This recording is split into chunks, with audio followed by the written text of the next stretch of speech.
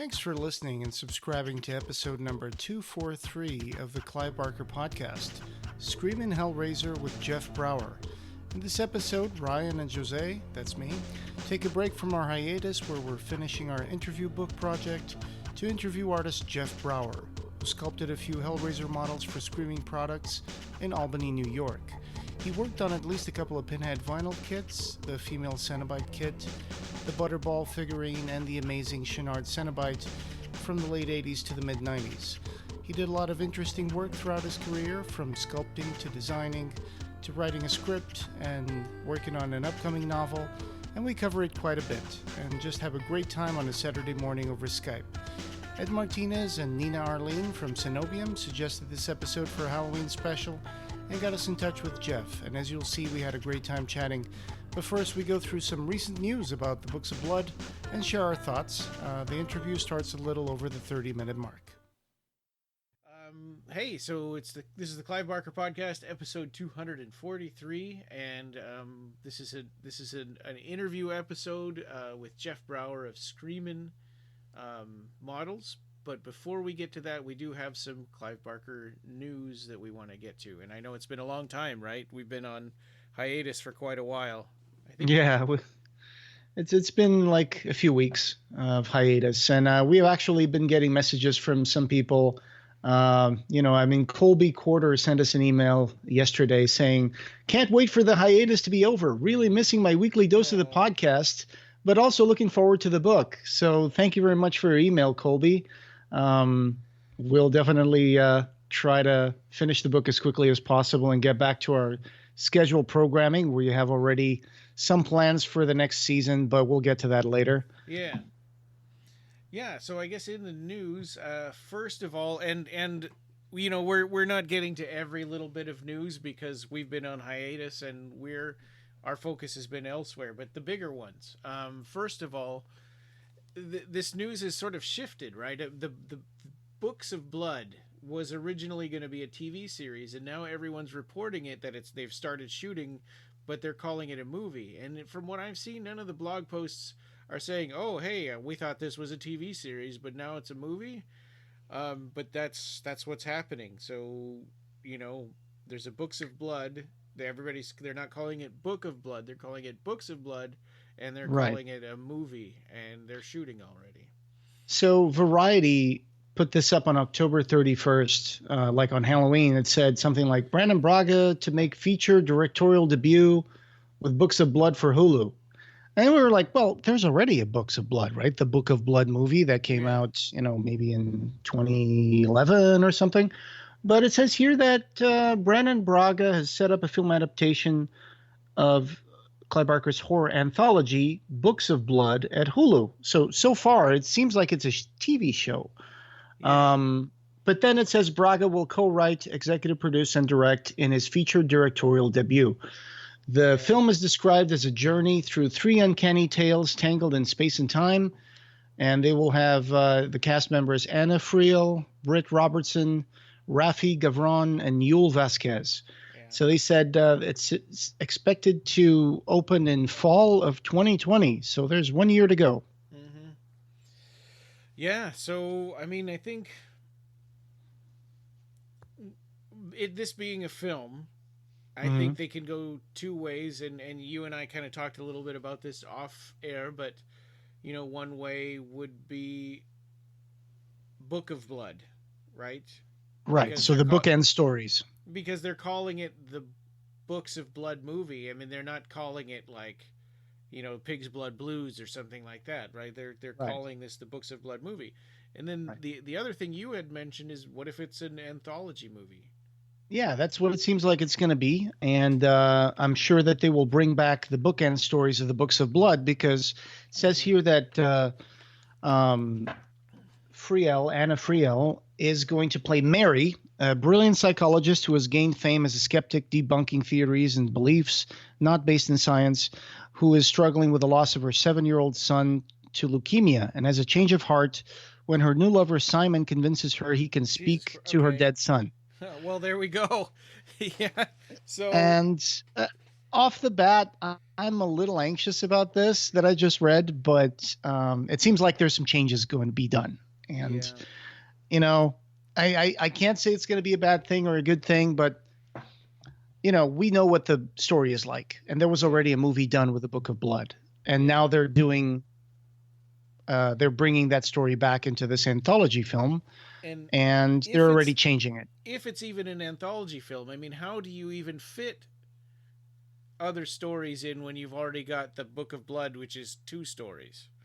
Right. So Adam Simon, co-creator of WGN Salem, is attached to co-write the project, and they said it will blend together 3 tales from the books in an overarching narrative that also features original material. And there's other cast members that they go through a little detail of what they're going to play. For example, Rafi Gavron from Godfather of Harlem, he will star as Simon, the charismatic young man who begins a relationship with Mary and convinces her that he is a ghost whisperer and can speak for her dead son. And then Vasquez will portray Bennett, a professional killer whose latest target tells him of a priceless book that will allow him and his wife to retire, only to come across supernatural threats in his journey for the book. So they're going to apparently the Book of Blood is going to be a real book. It's not just going to be the person with the tattooed names on. So maybe they're just calling the person the book. It could be that. It could be that. I mean, so far, none of that description is anything except for the Book of Blood. Right. And some guy who pretends he can speak to the dead. Well, that's Simon, though. I mean, that's right. Yeah. Yeah. I see what you mean. Yeah. I'm just anxious about the changes that they're doing, and I don't know what sort of stories that will blend in together. But, so far we have the female debunker, the guy who says he can speak to the dead, and an assassin who is hired to get a book. So, okay, that's the basic elements of the Books of Blood bookend stories. So now the big question is, what's going to be the stuff that they're going to put in there? What's the 3 tales that they're going to adapt and mix in the story to make like an anthology film? So that we don't have that information yet. I just can't see how they could have enough space in even 2 or 3 hours to do that. I mean, because then somebody's got to read one of the stories off of the skin, I guess, presumably, and then it's like, okay, and and then you go into Midnight Meat Train or they definitely Rex or something. I mean, those things are big enough to fill a whole movie on their own with just only a little bit of extra. Yeah, so who knows what they're going to put in there, but here's some character descriptions that help us find a little more about the stories that you're going to use. So Britt Robertson is going to play Jenna, and she's a hypersensitive girl who suffers from misphonia, an abhorrence of sound. As she learns her mother is about to send her back to the farm, she steals her mother's cash and sets out for Los Angeles. So that's nothing to do with the Books of Blood stories that we know of. But they did say... Misphonia is like when you can't stand the sound of like somebody chewing or... Yeah, or loud noises or a train, something like that. So I'm guessing that she's going to be one of those characters. I don't know if they're trying to bring back that hypersensitivity that Frank has in Hellraiser. Is that something that they decided to put that into this movie somehow? Is it going to have anything to do? Because there's no stories in the Books of Blood where someone has a hypersensitivity to sound or anything like that. So this might be part of the new material. It reminds me a little bit of Dread, but that was like a fear of being deaf. Right. I don't know. Good catch. I wonder if they're going to bring back Dread somehow, mix it in with this, but it will take... They could throw in Down Satan, right? That was only like 4 pages. Yeah. I mean, I don't see how they would do that. But again, like you said, if this starts with a woman and wants to speak to her dead son, and then there's another person here who has an abhorrence to sound, who knows? Your guess is as good as mine. It all depends on how they write it, how they produce it. I mean, I don't expect people to think that this is going to be something that you're going to recognize oh, this is from this story or this is from that story. Yeah. It's probably going to be very loosely based from what I'm reading here. So, I mean, I'm not going to be a purist and say, no, they need to make Rawhead Rex needs to be recorded in the field in the middle of, Ireland or whatever. But it's like, yeah, I don't know about this, but we'll see what happens. It's like, exciting that more stuff is being made. That's all I can say. It's like when you read, hey, there's Weave World coming, and then you go an app developer and a pastry chef. And then then you're just your stomach sinks, and it's like, oh no. You're like, you're terrified, and you're like, what are they doing? Yeah. But it could be that's good. The whole we thing. Don't know. I mean, I love Midnight Meat Train. I thought that was a really great adaptation. Some people don't agree. And the Book of Blood I thought was really good too. Yeah. So it seems like this will be on Hulu in the fall of 2020. Yeah. So hopefully we'll get more updates on the production. I mean, right now we still have some projects that are actually being done that will come out, like, the Candyman movie that it's probably just a few months away from coming out. So that's something to look forward to. And now we got this Book of Blood, fantasy and horror movie that's going to come out. And I'm just happy that, things are still moving in Barker world. Things are moving, properties are being developed, and we'll find out more. And as we know more, but for now, I'm a little anxious about this. I mean, I'm not sure how loosely based this is going to be. Yeah. But we always have the books, nobody takes that away from us. And the original movies too. I mean, sure. Well, and speaking of things that make you nervous, the Spyglass Hellraiser reboot. I mean, it still keeps getting mentioned anecdotally. These days, it's being mentioned in articles about a Scream reboot that they're doing. Of course, without Wes Craven because he's not alive anymore. So it's like, oh yeah, and by the way, they also have the rights to, and are developing a Hellraiser reboot. So that's all we know, right? I think that. Yeah, I wrote that article some time ago about David S. Goyer was writing and producing for Spyglass Media Group. Yeah. But, I mean, let's be honest. It's been like, 11, 12 years that the Hellraiser remake has been floating around and nobody's ever actually done it. So I think hopefully the momentum from Candyman and Books of Blood will allow a revival of this project. But I don't even know if I want more Hellraiser. I mean, personally, on a personal note, I don't know if I need more Hellraiser. Who's going to be in it? Paul T. Taylor? Is Paul T. Taylor going to be in it? Is Doug Bradley going to be in it? Is anybody that we know going to be in it? I don't know. Yeah, well, and I mean, we've talked this subject to death, I guess, but I think that I still, I would just like them to make an original film, and it doesn't necessarily have to involve Pinhead in the puzzle box, but just be in something in that world. That's not going to happen. I mean, to people in Hollywood, Hellraiser is a slasher series that stars Pinhead and has a puzzle box. Right. And unfortunately, I mean, David Goyer did co-write the Terminator Dark Fate that just came out, and apparently it didn't do so well. Yeah. And they actually was excited to see that, but I haven't done it yet. Yeah, I don't want to bring any spoilers in, but they really move away from the whole original story of Terminator and come up with something completely different. Yeah.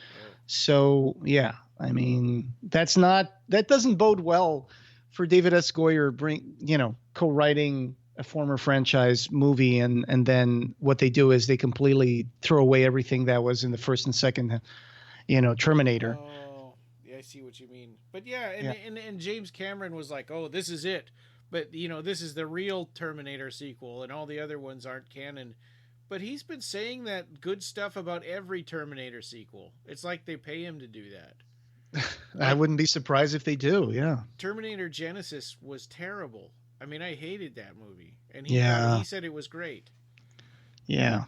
So, who knows? We'll see what happens. I think the remake of Hellraiser is probably dependent on the momentum from the upcoming Candyman movie and maybe this Hulu Book of Blood anthology film that's going to be co-written and directed by Brandon Braga. So we'll see what happens. But it's good that these things are still moving, that these things are still, like, businesses are still, interested in developing these Clive Barker stories. Although I also recommend people always go and read the original material first, because sometimes these things get changed in production. And if there's any gold in this, the gold is in the original stories. The gold is in the Books of Blood, actual short stories, which are an amazing, amazing, masterful, Clive Barker was a master of the short story when he decided to write short stories. His stories are amazing. Even though he comes up with original ideas, he also grabs old stuff like the New Murders in Rue Morgue, which is kind of like a sequel of sorts to Edgar Allan Poe's Murders in the Rue Morgue. And he turned it into something completely Clive Barker, related. It's like, and it's going to be a big monkey, and the monkey is real, and he actually is the guy who, he's trying to be a person, and it's just incredible. I mean, the Golem story that he writes with the one about the carving that a guy has in his bathtub. Yes, right. It's sort of a take on a vampire story. Yeah. With the guy who's a male prostitute, and he sees that in a former client's bathtub, and then that thing is an actual creature, and then it takes his form and takes over his life. And it's like, that was an amazing rendition of a golem story or a vampire of sorts. It's just amazing. And he created an entirely new monster, Candyman, just born out of people's fear and urban legend come to life. And that's stuff that I'd never read before. I mean, I'm not going to say Clive Barker was the first one to come up with those ideas, but, we had Bloody Mary, Typhoid Mary, or whatever. If you say her name 3 times, it shows up. I mean, obviously it's a play on that, but Candyman is just a complete revamp and a very original implementation of that story archetype. Read those things, watch the movies, but I would always go back to the stories, the original material, because that's where the gold is. A lot of this stuff ends up being done by committee. I don't want to use the word done by committee, but sometimes it is. You have a producer who has to approve. You have the writer who comes in. You have another writer who co-writes. Then sometimes they bring in another writer and then another producer, and then it's going to go to a different company. And then it's like by that time that thing is made, there's already been a considerable number of changes done to the material. Or it gets shut down because it's been changed so much that everybody gives up on it. Yeah. And so as long as Clive Barker was involved, but, Clive Barker was involved with a lot of stuff over the years that he said it was really good, including Rawhead Rex. And we know how that ended up. So it's not a guarantee, because a lot of times the executive producer doesn't really have a lot of power or a lot of say on what goes on set, especially if they're not even there. We'll hope for the best, but I'm really anxious when I read this sort of stuff about Books of Blood, and there's new material going to be written in, and it, I personally am not sure what's going to happen, but it's great that doors are opening in streaming platforms for Clive Barker properties, because I think that's where TV is becoming a writer's medium. So I'm excited about that part. Well, and I think really all we can do is just watch this thing when it comes out, and I'll subscribe to Hulu or do my free trial or whatever when it comes out, and we'll watch it with an open mind, and there's some reservations, but some things surprise you too. I mean, Candyman is way different from the short story, but it's amazing. I mean, it was so well made. And Midnight Meat Train is a little it veers a little bit from the Midnight Meat Train short story. Also pretty good. It sure does. Yeah, that was also pretty good. So it depends on who's writing and what they're adding to the story and how they add it. But, at the same time, there is a part of me that's a little purist and is like, I think they should make this like right. They should make this the way I saw it when I was reading the book. It took me like 3 viewings of Lord of Illusions to get over the fact that, this is not the last illusion. This is like this is a much further along draft. Right. In writing, sometimes in cinema in particular, you have to make compromises. You have to change things, and it's all about how you do it. Yeah. Even the Dune movie, that came out, David Lynch's Dune vision is very different from the book, but I still like the movie, even though when you read the book, you can tell the book is so much more layered. It's so much more interesting, and things have a much more slower pace. So it's more rewarding when things happen. But in the movie, I like the movie too. It's a compromised vision.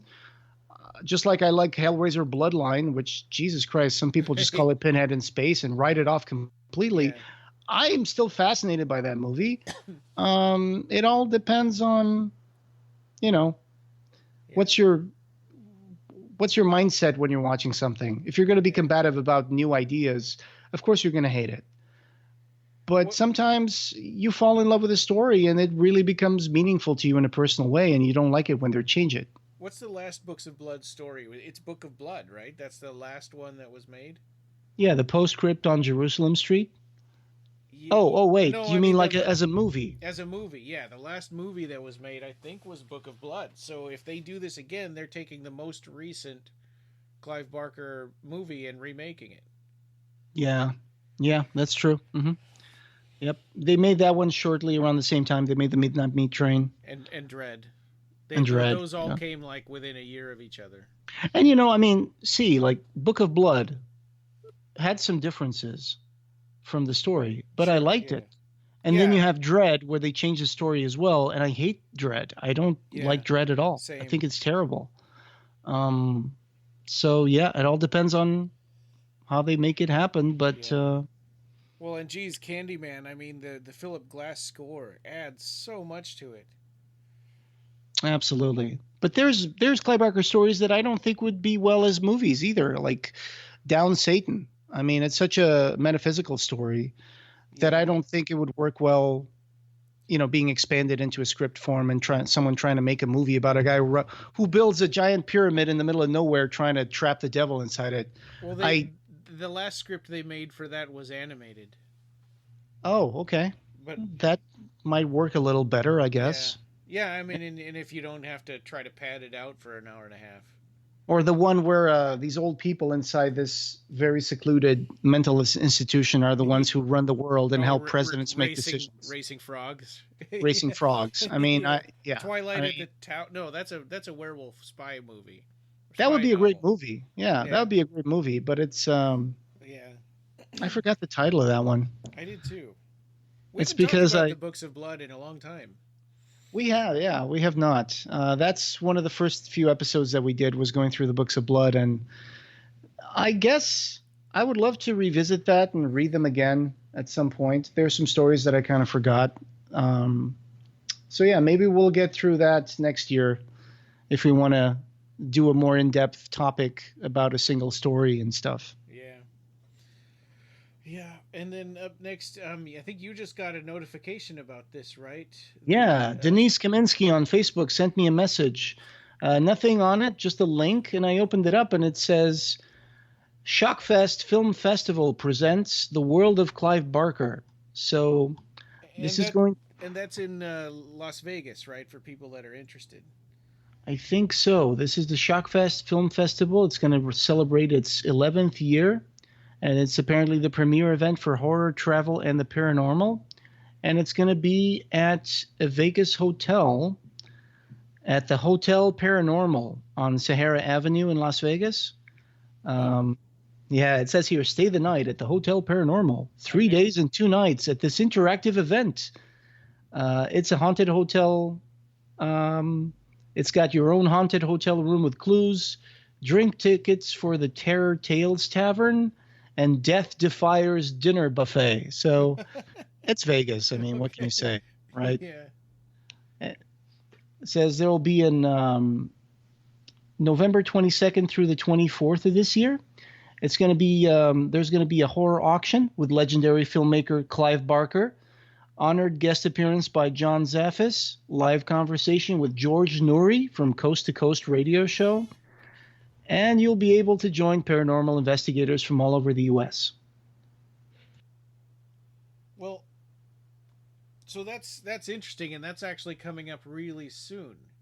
And they also are, it seems like they're being a little cagey about whether Clive Barker is going to be there or not.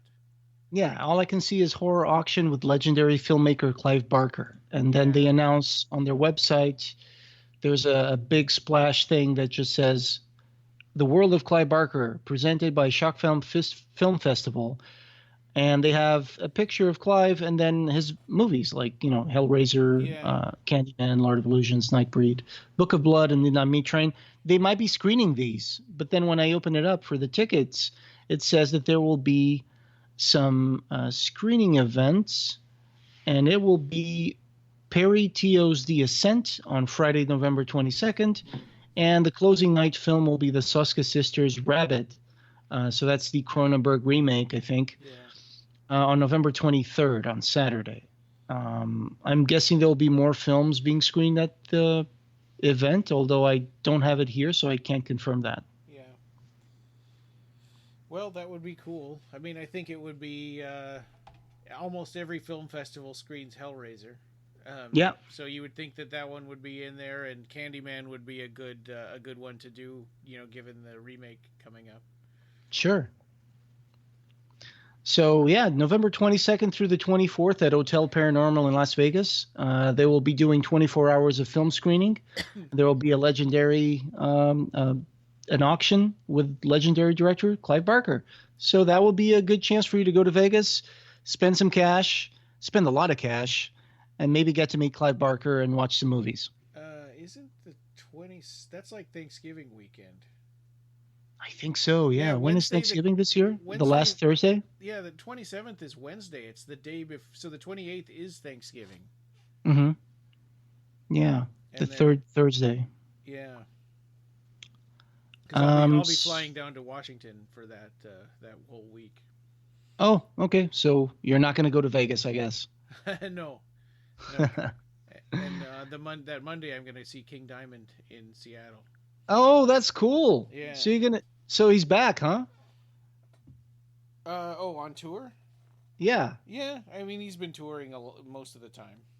Oh, okay. So he never really quit. Yeah, he just hasn't had an album since 2007. But there's a new one coming. Yikes! That's just released 12 years. A song from that last night. Okay. So that sounds like a cool thing for you to do. And I guess that week we probably won't be doing any episodes, but we'll definitely post whatever pictures we get from people at Hotel Paranormal taking pictures of their auction with Clive and hopefully events over there. Maybe you get to meet and greet. I don't know. Yeah. And what we've got coming up, of course, we're working on the book. We've got more than half of the interviews put into the Word file that we're making. That's the book. I haven't started picking out stuff that's not relevant yet because I want to be able to paste those interviews into the show notes for those particular podcasts. Sure. So I don't want to take stuff out yet, but we will probably do that once we've got the book put together. Then we'll start picking out the stuff that's not relevant. And so I'm hoping that we can have that all put together and ready to go in a month or so. Yeah, that would be an ideal time frame. I know people have been waiting for this a long time, and I'm sorry. Well, yeah, but the good news is we're making big progress on it, and the book is being put together, and in addition, there's only just a couple of more episodes that need to be transcribed. So. And I'm in a way, some of them, when I put them into the book, they're being transcribed again only because I listen to the episodes while I'm formatting, and just to make sure that, because we've had some people that weren't there, transcribing these, and so some of them like, oh no, that's what he said. And so right. Little corrections and changes and stuff. Yeah, the editing is going to be Much easier than the transcribing, Oh, even though it's God, also going to yes. be time consuming. Yeah. Yeah, it's more like it just adds a little bit of time to the actual like episode length. Where versus when you're transcribing it, it's like 3 times as long or more. Yeah. So give us some ideas on where do you want us to go next year? Because that's something that's going to be coming up soon. Is what's going to be our next season of the Clive Barker podcast? And on a personal note, I just want to slow down a little bit on this one, but we probably won't have weekly episodes. Yeah. But we definitely want to make sure that we complete all our backer rewards from other Kickstarters. And if you guys have any ideas, or topics or things you would like to hear us talk about, send us a message. Let us know through our Facebook page what's going on and what sort of things would you like us to talk about. Yeah, and we had only gotten started with the A to Z of horror commentaries, and we've still got Abarat 3 to go, and whatever other, there's the playbooks, and there's whatever other new, or there's plays. We haven't covered most of the plays, and there's whatever new things come out. Sure. So the Kickstarter is going to, as much as I want to just quit everything and work on this book, also the Kickstarter is coming up because the bills are coming. So that's another thing we're going to be working on too. Yeah, it's nice to be on Spotify and Google Podcasts and the iTunes store, but it costs money to be in those places. And unless you want us to just become a YouTube podcast that just has a blog and a YouTube channel, that would be a cheaper thing to do, but it would take away from the experience of having subscribing to the podcast and having the convenience to just go on Spotify and bring up our entire episode list instead of having to go to YouTube and run the video through the app or whatever. So who knows what the future holds, but definitely there might be some changes in the future. So give us feedback. That's what helps us thrive, and that's what helps us understand where we should take the podcast in the future, because it's been 7 years. Or 2011 through 2019, right? Yeah, almost 8 years. We're going to be starting on the 8th year, and it does feel like a natural sort of coming to a conclusion once we get through the entire back catalog, and we're just waiting for new stuff to come out. And we've done episodes and audio commentaries for every movie. And so, naturally, this will have to slow down just because there's just not as much for us to talk about. Right. At some point, maybe we'll switch to something else. Who knows? Yeah. That would be something we need your feedback to know what you want us to do.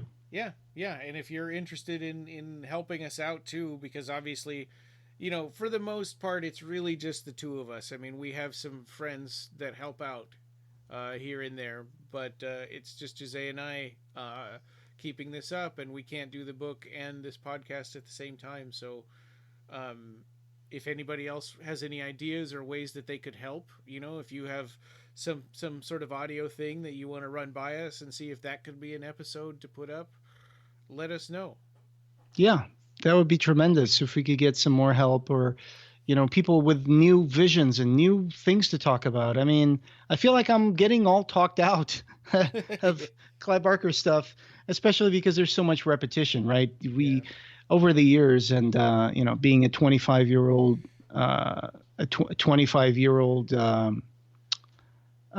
fan. Well, I'm not 25 years old. I'm saying I've been a fan for like 25 years. Yeah.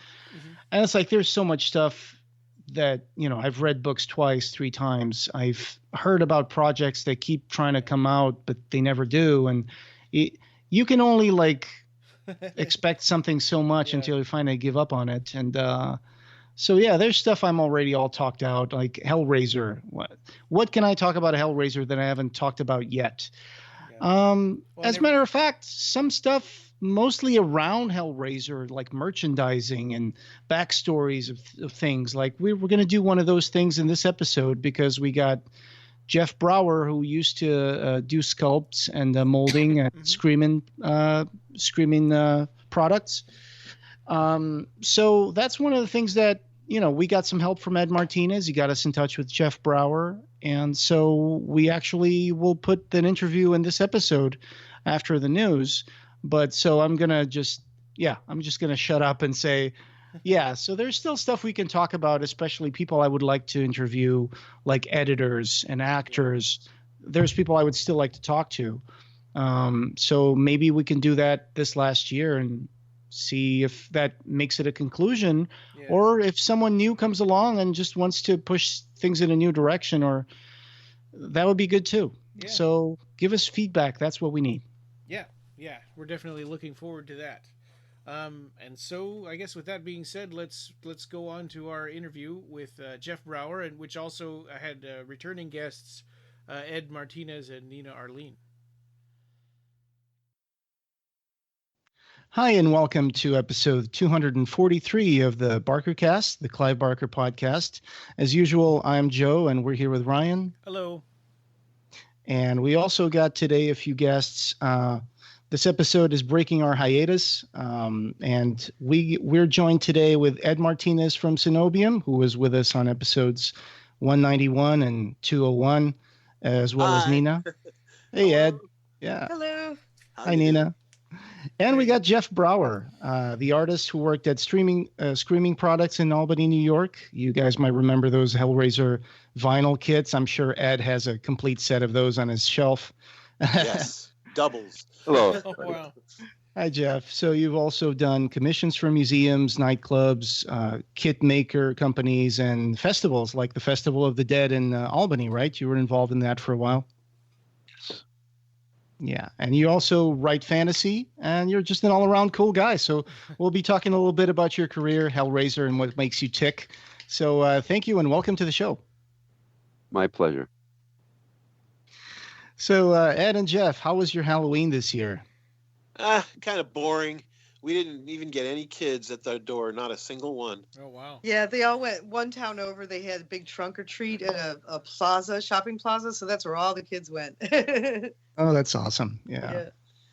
My Halloween has been kind of early. I went with my girlfriend Lynn to New York Comic Con on Wow. 3rd, 4th, 5th. And we did costumes for that. We did cosplay for that. I did a rather difficult Rumpelstiltskin costume from Once Upon a Time. Uh-huh. Guys got The TV show on ABC.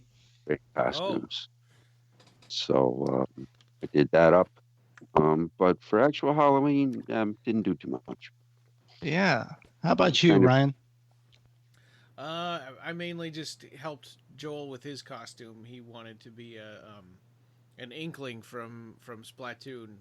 So That's a video game. yeah. So we had to get these replica squirt guns from Japan first. Oh wow. He's like, oh, there they are. They're on Amazon. I'm like, oh crap, that's $40 shipping for squirt guns. Oh my Oh, no. goodness. That's some next level cosplay that you guys are doing there. I dressed up. Yeah, I dressed up like I made an alien costume, but I was using a mask that was from that Outer Limits episode about that guy who evolves himself and it has 6 fingers. Yeah, I love that one. Yeah.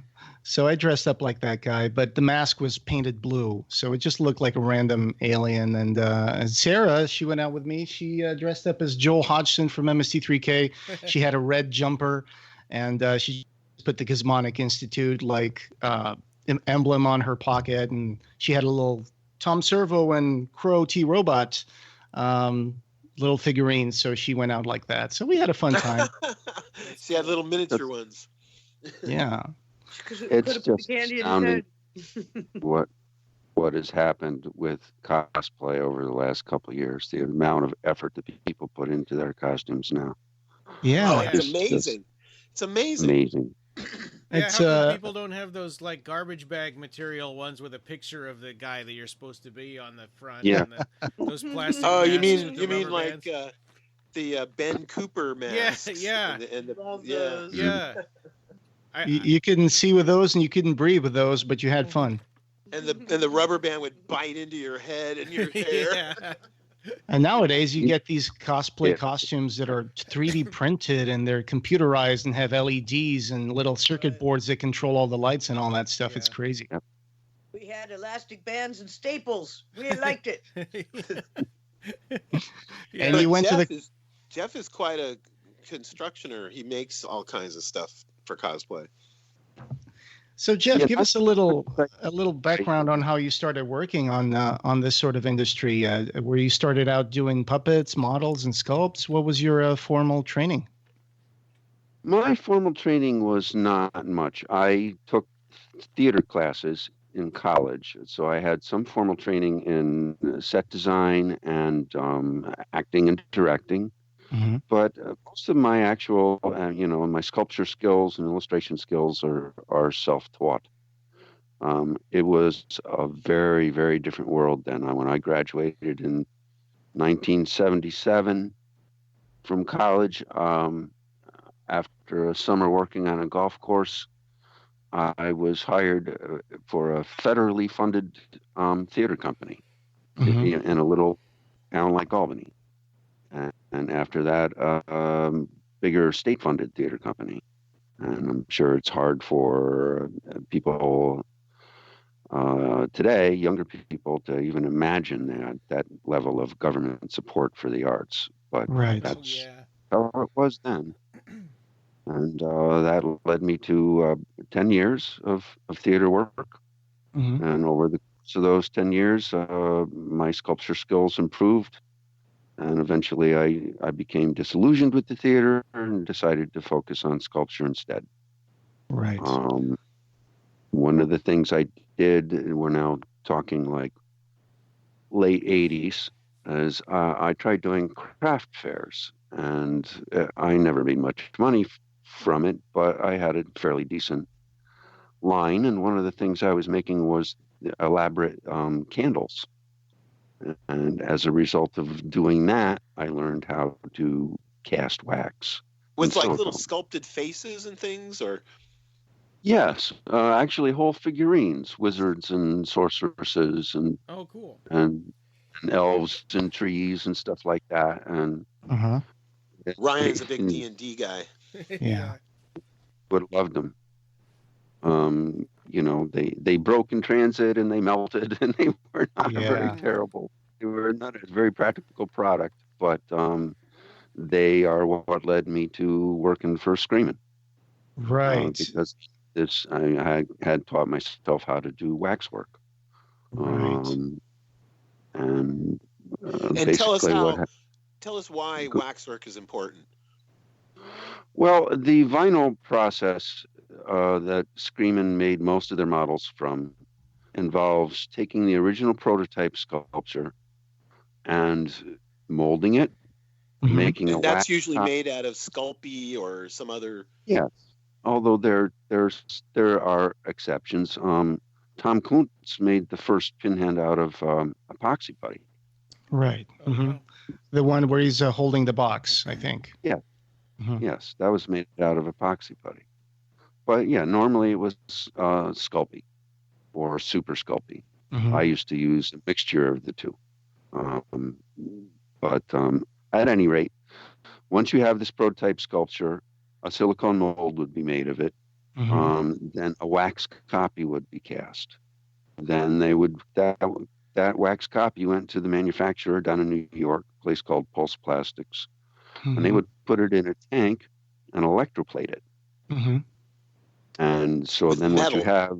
With metal, right? Yeah, so that gives you a metallic positive, a negative of the wax positive. A shell over the wax. Right. And then you heat up that metal shell and the wax melts out. Right. We're talking regular glycerine wax, that sort of thing? Microcrystalline, yeah. Okay, gotcha. Yeah. Like for casting, lost wax casting and sculpting jewelry and things. Yes, right. It's more rigid, hard. It's better than paraffin. But it's like similar to beeswax. I'm pretty sure it was beeswax. But microcrystalline was the technical name. And you were the one molding these early kits for Screamin, right? Yeah. what happened is there was a gentleman named Bruce Spalding Fuller, who was a very talented artist here in the area. He was an excellent illustrator, and he made these elaborate monster masks. I met him at a convention called Fanticon, got to know him a little bit, and not long thereafter, he got an opportunity to move to California and work in the effects industry. And he was already working for Screamin at that time? Yes, he was doing their waxwork on their first couple projects.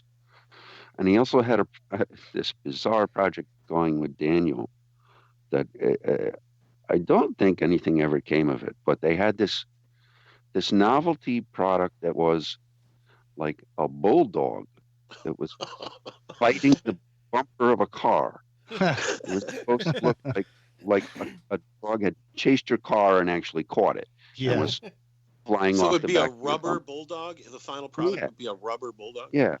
Wow. They had gotten to a prototype point, and then Bruce had to leave. And so they asked me if I wanted to. They knew I knew some stuff about molding. So I got involved in trying to finish that project up, casting it in soft urethane foam and stuff. But I don't think it ever went anywhere as a product. But, Yeah, I've never heard of that out on the market. Yeah, I was just going to ask if that ever got released. It sounds kind of funny. I was going to get into the Screaming section by asking you first. I didn't come up with a lot of information about Screaming, but I think they started out by these two guys. I think it was Daniel Fay. You mentioned Daniel. And there was a guy called Richard, right? They were the two guys who kind of ran the company? Yep. Yeah, how do you pronounce Richard's last name? Hamaker. Okay. Gotcha. Mecher. Right. So they started out in the late 80s, right?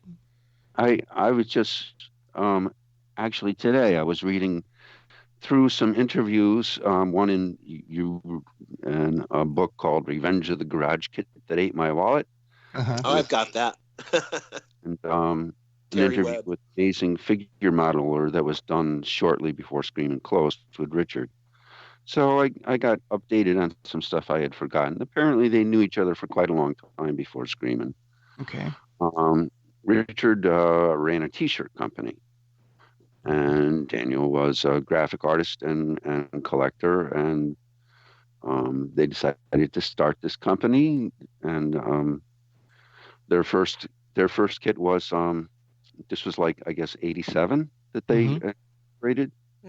The first one they did was Freddy Krueger. Oh, and was that also by Thomas Kuntz? No, I forget the guy's name. Okay. Mike Turchik, I think did Okay. that one. Mike and Tursick. Oh, yeah. He's a good sculptor. Yeah. Yeah. I have a darkness that he did. Yes. And then I don't know if the next one was Elvira. I don't know if he did that one as well or not. I don't recall. Then the third one was a generic werewolf. Just to take a break from paying license fees. So Sure. they put out a generic werewolf, and that was the first one that I did the wax work for. I'm looking at that picture right now. I found, luckily, before we recorded this, I went and I tried to find a catalog of the Screaming kits, and I found some catalogs from 91 to 93. And I'm looking at the picture of that werewolf right now. It's pretty good. It's a pretty good kit. Yeah. Who sculpted that? You don't know? I don't recall.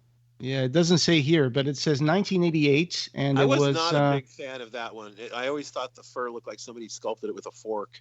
It included a booklet about werewolf films, a comprehensive checklist of lycanthropic cinema. So that was one of the little things that they would put in the box. It's pretty cool. Did you have anything to do with writing stuff like that? The only thing I had to do with writing was, well, actually, I did write some of the instructions for the last few, for like the last few, like the Chenard model. Right, and that was a complex one. I wrote a story, actually, like two stories. We started a line called Screamin' Queens right at the end. And only one of them was produced, Selena, Queen of the Night. Oh yeah, I saw that on your website. That's a nice one. It's really I'm nice. very that sculpture. I think it's one of the nicest things I've ever done. But it came with a story that I wrote. There was a sort of overview story that was supposed to be common to all of the Screamin' Queens, and then a specific one for each character. But we only got to the one. I had the second one, Queen of Space, underway, but it never made it into production. So, but Selena did make it into production, right? Absolutely. Yeah, we got one. Yeah, Nina and I got one, and we painted her up and did a review for Cenobium. Oh, right. Yeah. Did a great paint. Yeah. Nina did Aw, thank you. The thing about the werewolf and those early kits was I always wondered, like, how many copies of like a Freddy or an Elvira or something were they making? I don't know precise numbers. Freddy, Richard claimed that Freddy was their best-selling kit. I'm surprised to hear that. I thought that the first Pinhead was, but Freddy was the one on the market the longest. I remember the Pinhead did the Cenobite numbers being like around 10,000. Wow. So Freddy must have been more than that. And they sold them out and had to reorder? They didn't make 10,000 at once. They just, they would buy a batch when they sold like out. 500 and then 500 or whatever. Yeah, right. Yeah. Because I know that for collectors sometimes, and especially nowadays, especially for resin kits, a lot of stuff is bootlegged out of Thailand. A lot of stuff is recasts and stuff. So sometimes it's hard for people. Well, these are all out of print. You can't get Screamin' kits no more. So that was going to be my question so they would make these from the original mold, and then ultimately, I guess they would, if it was a successful one, they would just make maybe 1, 2, 3 runs of it, and then they wouldn't do any more. Is that correct? No, they made them as long as they sold. Okay, gotcha. I mean, if the product failed, they'd stop producing it, or if it was a licensed product that failed, they might let the license expire. Right. But no, they made them as long as they sold. Okay. And they were using the same mold, so they were all identical. Yeah, pretty much. Just to clarify a little bit more about the mold process, I told you that, it starts with a wax and then a metal shell, and the wax is melted out. Then they would rotate slush vinyl into that first, and they would make what were called master skins, which would be 6 or 8 vinyl copies. Okay. And then those they're larger. Those are larger. Yes, there was shrinkage at every step of the way. Okay, so the master skins were bigger. How many would they make? How many of those? 6 or 8. Very few. I have one. I have a butterball. Butterball. Yeah. Yep. So he's bigger. He's bigger. Yeah. Yeah. I have a Chenard master skin. Oh wow. And a Darth Vader master skin, actually. And then the master skins would be used to make the commercially available resin kits? No, vinyl. In a tank. And they were electroplated. So now I've got 6 or 8 molds, and they became the production molds. Ah, okay. Gotcha. So that they could mass produce, instead of just having one metal mold. Well, of course, 6 metal molds. Sure. They would crank them out, boom, boom, boom, boom, Yeah. I'm looking at the Freddy Krueger. That's pretty amazing too, because this one had posable arms and a removable hat. I guess movable parts were not a big thing in vinyl kits back then. It was all kind of glued together most of the time. Pretty sure the one you're talking about was the Kyoto version. Oh, it might be. Yeah. 1/6 scale. That's right. That's what I'm looking at. So there was an early one before that. Yes, a much bigger. What are they considered? 1/4 scale, Jeff? 1/4 scale. Yeah, that's the same scale that the Hellraiser Screamin' kits were done at, right? 1/4 scale. Yeah, right. That was the line. They were all that size. It was many years before they started to do 6 scale. Originally, the 6 scale ones were through Kyoto, which was a Japanese model company.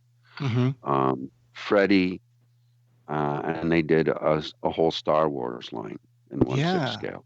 Yeah, There was see, a Kyoto was producing these in Japan on their own, and they owned the license for Japan. And Screamin had the American Star Wars and the American Freddy, and so they could sell their Japanese product in America under our American license. Right, exactly. and just they, and since Screamin had the Freddy license, Kyoto had to go through them to do that character. So that's how the relationship started. And then in the last couple of years, Richard started to produce, more 6 scale kits. But originally they were all 1/4 scale. Right, you did a 6 scale for them. Yes, I did a 6 scale pinhead. I think it's amazing that when you look at the kits that were being made in the late 80s, early 90s, these kind of represented this kind of almost like this culture. Like you had Betty Page, you had Star Wars, you had Hellraiser, you had horror movies, you had dragons and werewolves. Yeah, pop culture stuff. But like for, young adults and kids, this was the stuff that we grew up on, the Rocketeer, Suburban Commando and all that stuff. Yeah, Suburban Commando. Well, they weren't originally for kids. I mean, very few, these products were aimed at adults who were nostalgic about their childhood. Right. And had to have skill. You had to build and paint them. Precisely. They were too hard for kids to do. They were not easy to make. They weren't like Aurora kits where you could just pop it out and snap the pieces off the sprues and glue it together. Right. They took a lot of work. Really, the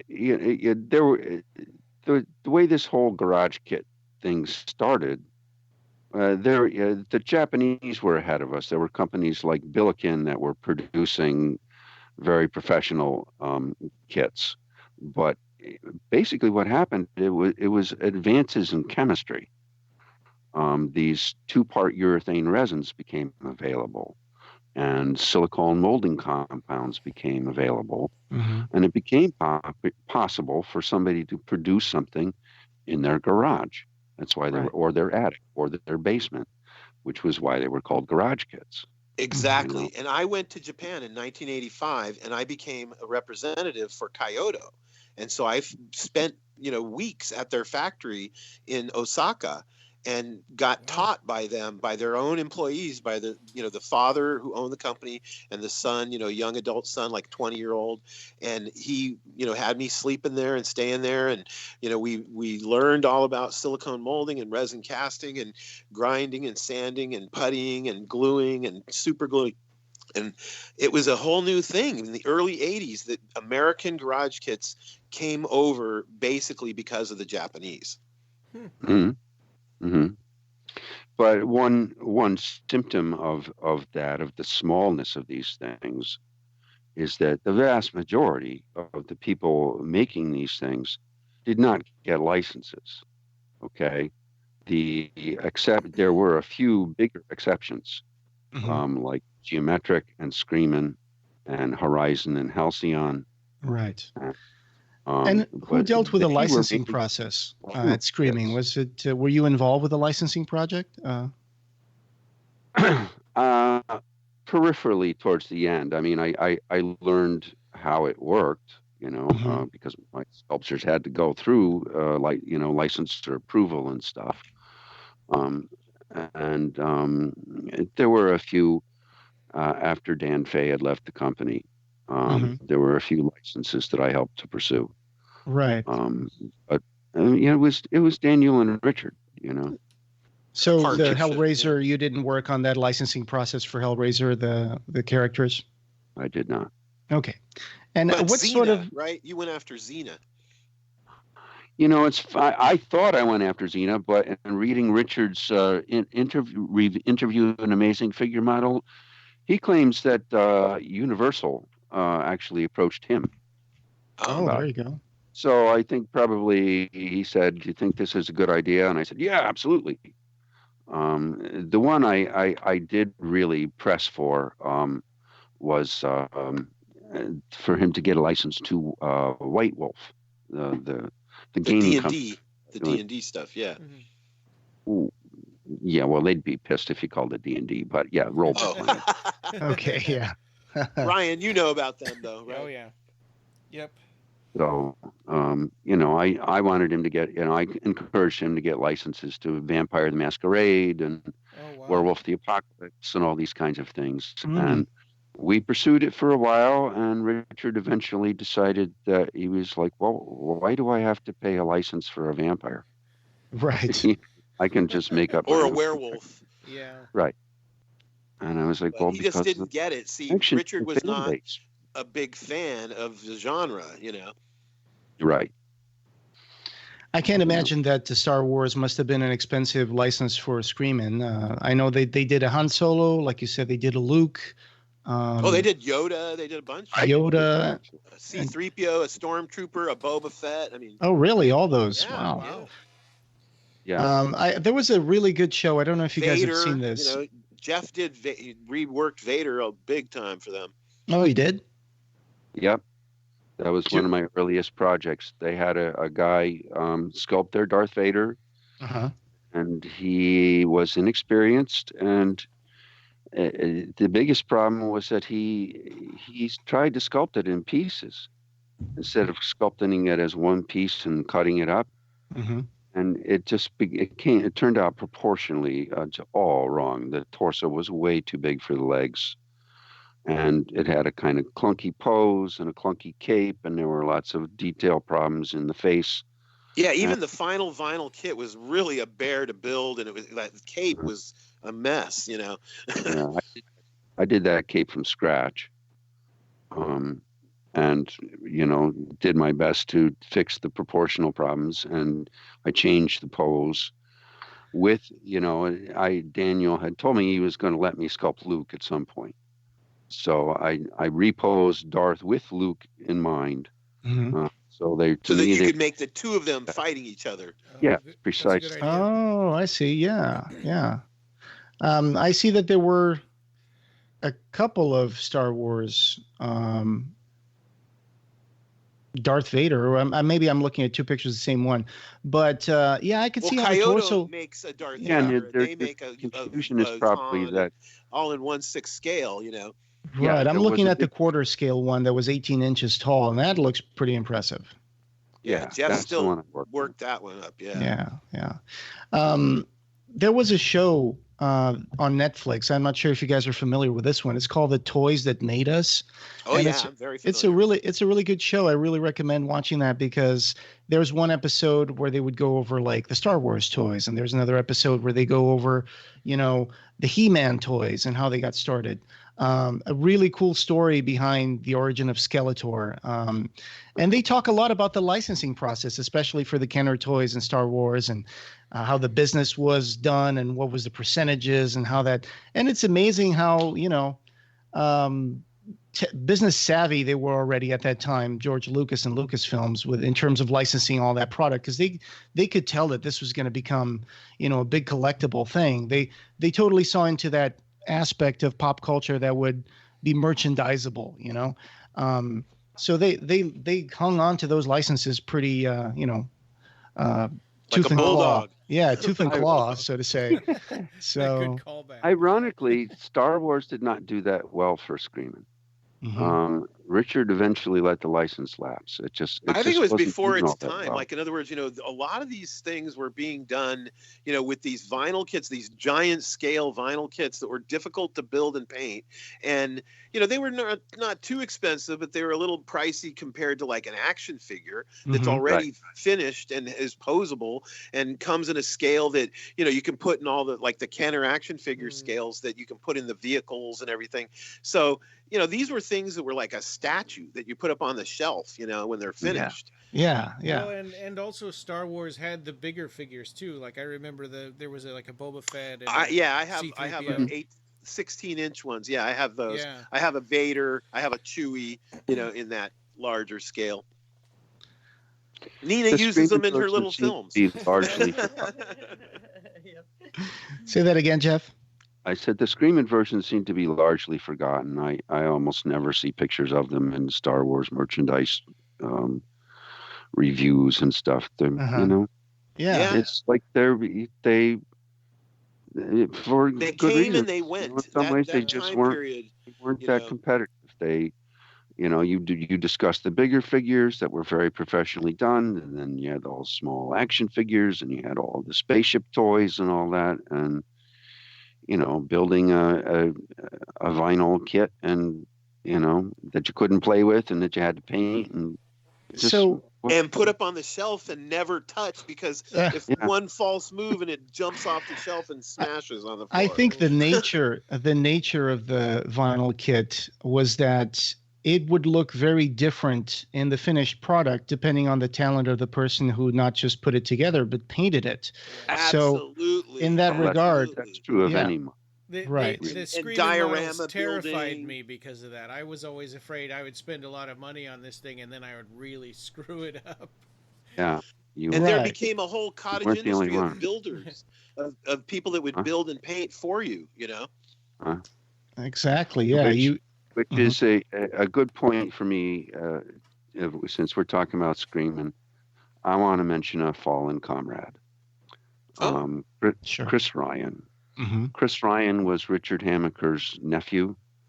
He was the closest. He and I were the closest things to full-time artists that Screamin ever had. Wow. Chris did all of the instruction illustrations. And occasionally did some box art. Mm-hmm. And the reason I bring him up now is he used to build and paint kits for people. Right. He used to get $50 for a kit, which, with the amount of time, that's cheap. I wouldn't stick the pins into Pinhead for that. Yeah, that's really hard. I mean, to build and paint nowadays, mostly, whatever the price of the kit, like if it's a garage kit, like a resin garage kit, and most of them are at least $100 or more. And back in the day, the Screamin kits were only $60.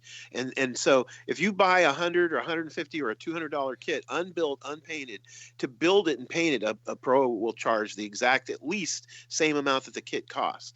So $200 to buy a kit, $200 to paint it. Yeah. And I'm looking at, again, the catalog that I found.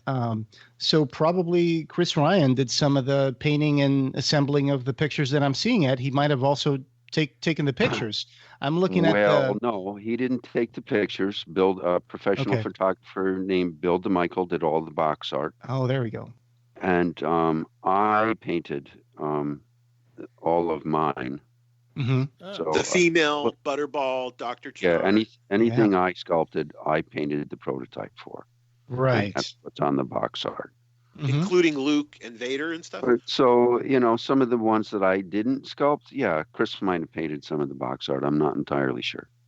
I think some of the favorite ones that I'm looking at, the ones that you made. So just to set the record here for the people listening to the podcast. So the first Screamin' Pinhead was done by Thomas Kuntz, and he also did the Chatterer. So the Chatterer model. And then you came in and you did at least a couple of Pinhead designs. I mean, I know I have one of those. I have the one where he's holding a hook with a heart. I think that's your work, right? That's the 6 scale. That's the 1/6. Yeah, that's the one I got. The chronology was Tom Kuntz did the first Pinhead and Chatterer. Then I was hired to complete the original quartet and do the female and Butterball. Yeah. Then Daniel decided he wanted a Christmas product and had me crank out the second quarter scale Pinhead in a very short time. Right. And then when Daniel was gone, Richard hired me to do Chenard and the 6 scale Pinhead.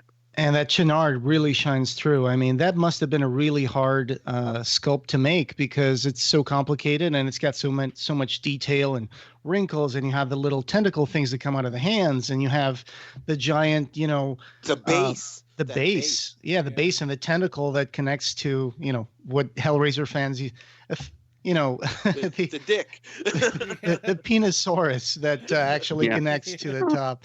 And what sort of reference material were you given by by the the company that was licensing this to you. Probably, I think at the time it was called Transatlantic because they were probably the ones who owned the rights for Hellraiser at the time. We're probably talking. Bob Keane, I believe, provided the I photos. think it might have been called Trans World. Yeah. At any rate, the reference was pretty pathetic. There was a Hellraiser book that was out at the time. The Hellraiser Chronicles. Yeah. Okay. There was a handful of materials that were given to me. Xeroxes of pictures, from the costume shops and stuff. Sure. But I mainly, freeze framed through VHS tapes. Right. Over and over and over and over again. Yeah. I saw in one Chenard, of the... Go ahead. Chenard, I had no reference at all for his back. I had no reference at all for his legs. I just made that stuff up. Right. Same with female on Butterball. Zero reference for the backs of the figures.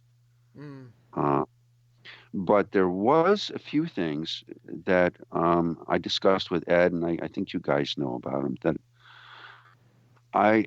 there were a handful of Polaroids, like 3 or 4, that were given to me. Now, being Polaroids, I assumed they were one of a kind. They weren't prints. Sure. There were 2 of Simon Bamford backstage in his Butterball costume with the mask off. And one really kind of hysterical. He's sitting there with a fork and a spoon. Yeah. Either and this big grin on his face, about to eat lunch or whatever. Got his big fat belly. Yeah. And there was one of Grace Kirby getting costume fitting, getting her jacket built. And another one of Grace and Nick Vince, and Nick is in full Chatterer costume. Yeah. Sitting together, Grace is smoking a cigarette, and they look very pally and happy. Sure. And I have a bunch of pictures now myself that Bob Keane gave me of a lot of this the stage stuff too. And as you can see, I'm sure in your photos that the costumes are actually brown leather, not black. Yep. At least parts of them. There were molded parts. That more patterned section on the chest. Yeah. I think that was black, but the actual originals were made out of actual dark jackets. Dark black, were brown. Cut up. And damn, I think the original are much better. Eventually they start molding them and casting them in foam latex or whatever they used, and they look. They just don't have that same.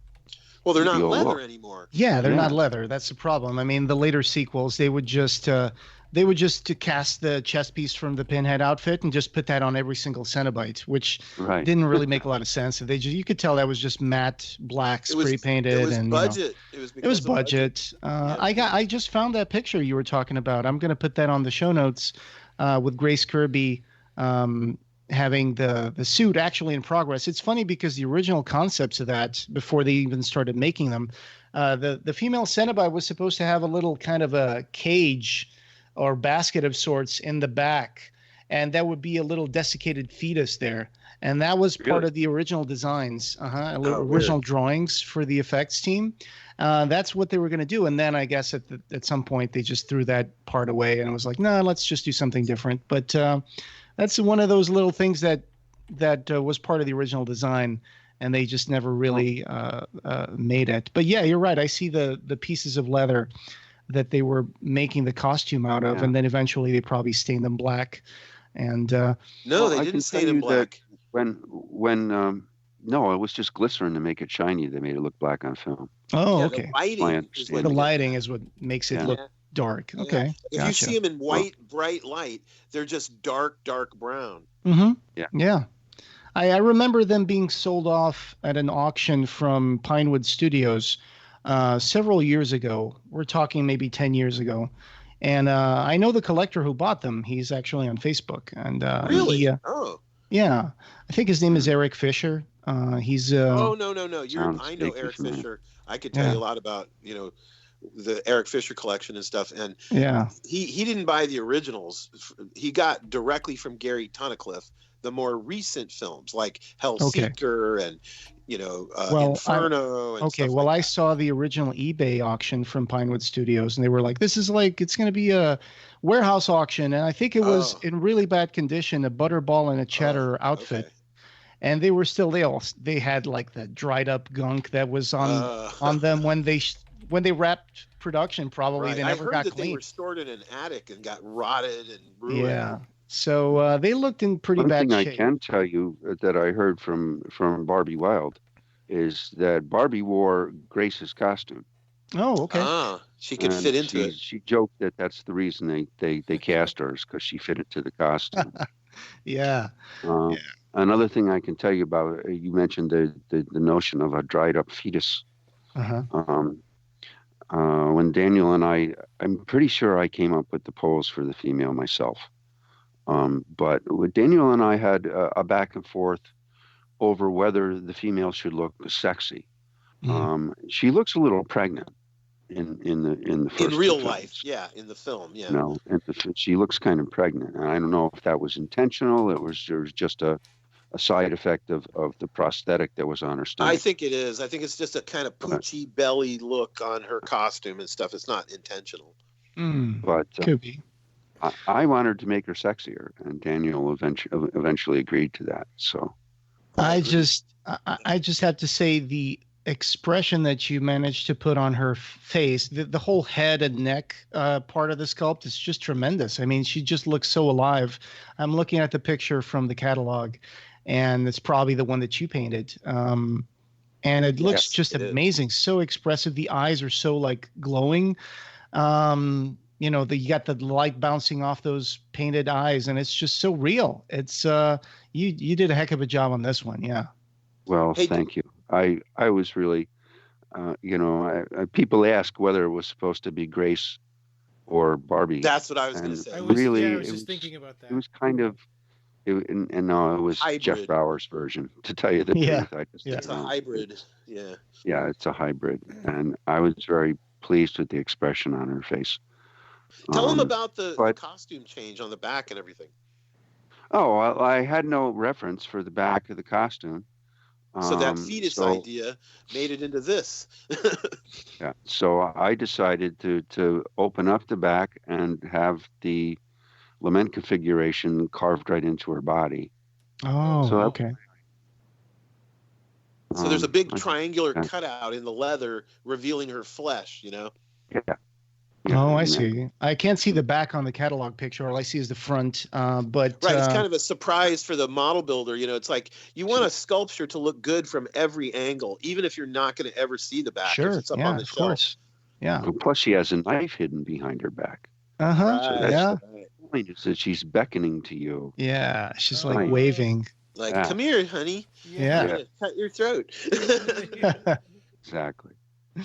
It's such a cool model. And then you kind of outdid yourself with the Chenard one, which is tremendous. And it's always been hard to get a Chenard. It's always been super hard, even after NECA renewed the license and, got the license, and they started making all those Hellraiser Cenobites from all the movies all the way down to like the 6th one, I think. A lot of them seem to drink directly from the fountain of Screamin'. Especially the Chenard one, because it kind of has the same kind of pose and everything. Well, also in the NECA stuff, they did similar to what Jeff did. They had to make stuff up too. They didn't have the reference on the backs and the legs and the feet and things too. And so, if you talk to them, the different sculptors, which I have, they'll tell you the same thing. They'll say like, well, I just invented this in the back or whatever, Right. I think so. There's have you seen the Paul Komoda Chenard? Oh yeah, I've got it. I'm sure Ed has. I've seen it. Yeah. Joe, I did an interview with him for Cenobium and showed step-by-step photos of how the sculpture was done and everything. I've seen the Komoda, kit, the old style resin kit. Resin. It takes a lot of artistic license, but it's amazing in the sense that it adds stuff that looks like it belongs to the original character, you know? Oh yeah, he went overboard, and it's amazing. It's very dynamic. Also, it's great, but he didn't have to get it through a licensor. That's right. Right. You know what I mean? In fact, they probably wanted to make it significantly different so that they would not have to worry about licensing problems and stuff. I doubt that. And Komoda did two versions, right? Or he did one bust and one full body. No, he did a Frank. I mean, he did a Julia on the mattress, and he did a Dr. Chenard. Okay, I'm finding that he made a head and shoulders bust of Dr. Chenard. And I just found a picture of that. That's pretty interesting. It's like he's laughing. That's something I haven't seen. Yeah. I'll send it over to you guys if you want to see that. But yeah, the Komoda one definitely takes a lot of artistic license. And like you said, it wasn't even a licensed product. But it certainly filled that need that the Hellraiser fans had. And we covered it in Cenobium. Yeah, you did. You did. Speaking of laughing, another little anecdote I can share about the first Pinhead that I did, the one with the Altar of Souls. Yeah, which I really like that altar. I love the altar. It's one of my favorite pieces I've made. I don't think the likeness is perfect, but basically I mentioned that Daniel decided at the last minute that he wanted to smash this out as a Christmas product. I think I was given 2 weeks to do it. Wow, that's short. Originally we wanted the Hellraiser 3 Hell on Earth pose where he's behind the altar, right, like the church, and he has his head back and he says, "I am the way." Yeah. Right. Arms. He pulls the pins out of his head and puts through his palms and stuff. Yeah. I tried to do that, and it looked like he was singing an opera. It was like the happy Pinhead, you know. Yeah, I mean? It's tricky like to get smile on poses his and face. expressions and stuff. So I had to lower the arms and give him more of a sneer instead of that. That I am the way. Yeah, that laughing, because it just, and as a static image, it just didn't work. Right. I think the NECA version also has that problem. Like you said, the happy Pinhead. It's he's just got his mouth open and his head is like tilted sideways, like. And it's, they it's did tricky. They did it accurately, and you can probably see why I didn't want to. Right. But the Altar of Souls, again, it got down to the wire. The thing had to come straight out of my hands to get photographed for the box art, and I sculpted the altar in one 16-hour marathon. Wow. And it's 100% original, right? There's no reference from Hellraiser. Well, 3. Yes and no. I mean, the faces on the corners are similar to the. Yeah. Okay. But I made it up. That's cool. And it's, I did, because it had to be ready for the box art. I did the three faces and left the back blank, flat. And they gave it back to me, and I resculpted the back, which is why, if you look at it, the back is a little flatter. But it also allows the figure to stay closer to the altar. Stand closer to it. Yep. And I think that you got a likeness of Doug Bradley pretty well, better than the first one, the Tom Kuntz one, because it's kind of like a snarling Pinhead, and I don't know, it just doesn't work as well. Tom Kuntz was working from the original first movie's one sheet, the one where his teeth are gritted, kind of. Right. And his hands are sort of, in front of him too, I think, if I'm not mistaken. And again, it depends on who paints the model. I mean, the different ones I've seen, it also depends a lot on who's painting it, because the painting can make or break. Absolutely. The sculpt. I'll tell you honestly, the consensus at the time was that Tom's likeness was better than mine, and I don't totally disagree with that. But I will say this much: Tom's works great when you look at it straight on. If you turn when you look at it from the side on a profile. Other angles, it doesn't work so good. Yeah, that shape of the head looks more Doug Bradley on yours. Shape of the nose, the jaw. I honestly, I'm looking at one right now, and it looks It looks great. I mean, I don't have the other one to compare right now, but I always thought it was a great likeness. And later, they even made one for NECA that you could replace the head with the actual Doug Bradley head.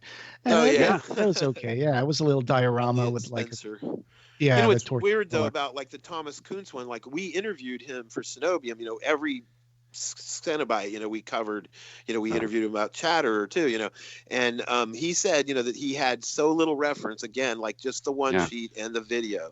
So, you know, he couldn't get a profile, he couldn't get, you know, other angles. Yeah. And so Ryan, you out epoxy, so we had to do it really fast, you know. Yeah. So.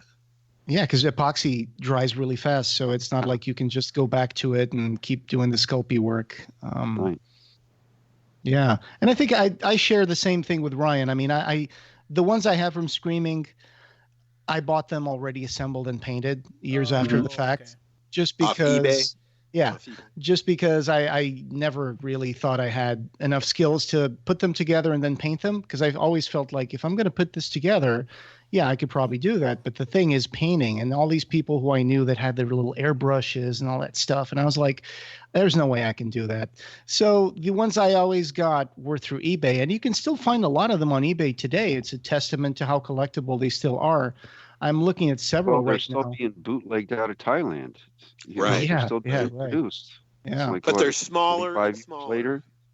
Mm-hmm. Yeah, they've shrunk. You know what I mean? Apparently, periodically, they're repeating this process that I described to you, and they take the model kits and they electroplate them, and they get another level of shrinkage and distortion. Just in the last few months that I saw some side-by-side pictures of the originals versus the recasts out of Thailand, and they're tiny. I can't believe it's shrunk. Yeah.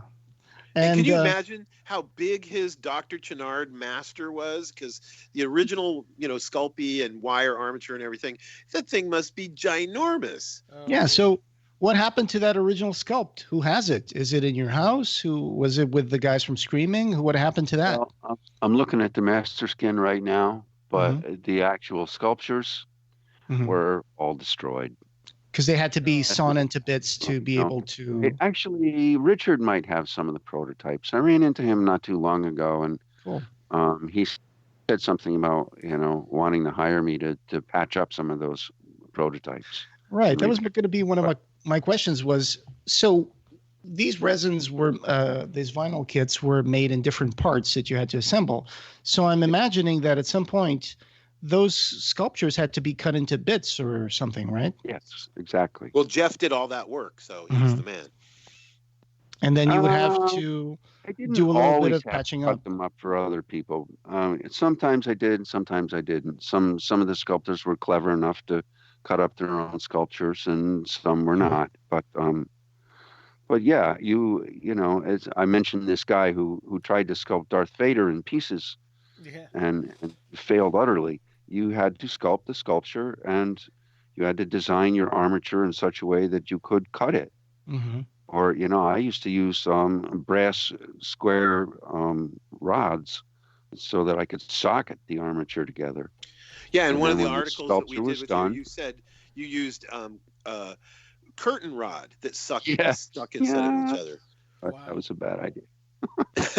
That was the first time you tried it. In fact, that was on the female. And you said in the article that it was terrible. She sagged and broke.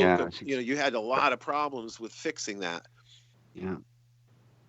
And you want to go into that a little and to explain? No, I think that sums it up pretty well. Okay. And where did the aluminum foil get into the equation? Because I read about. Boy. Part of it was,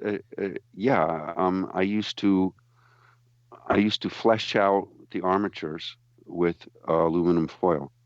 It's common with Sculpey.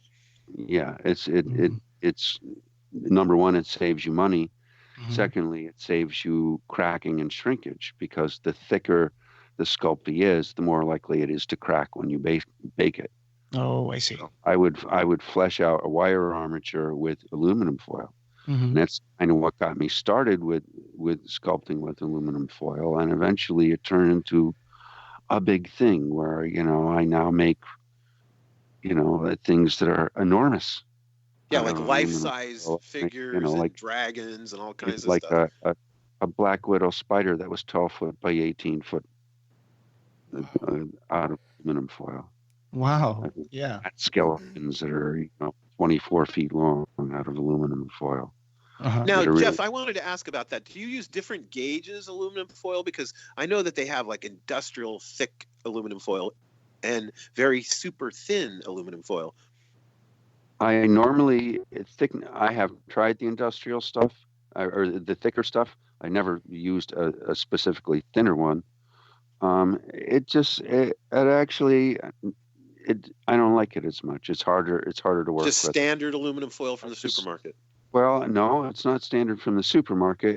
It's I get it from kitchen supply places. So I see. 18 inches rolls, 500 feet, great big rolls. I see. But is that a heavier duty gauge at all? No, it's just average. Yep, that's what works best for me. I see. And then you coat it sometimes. Yes.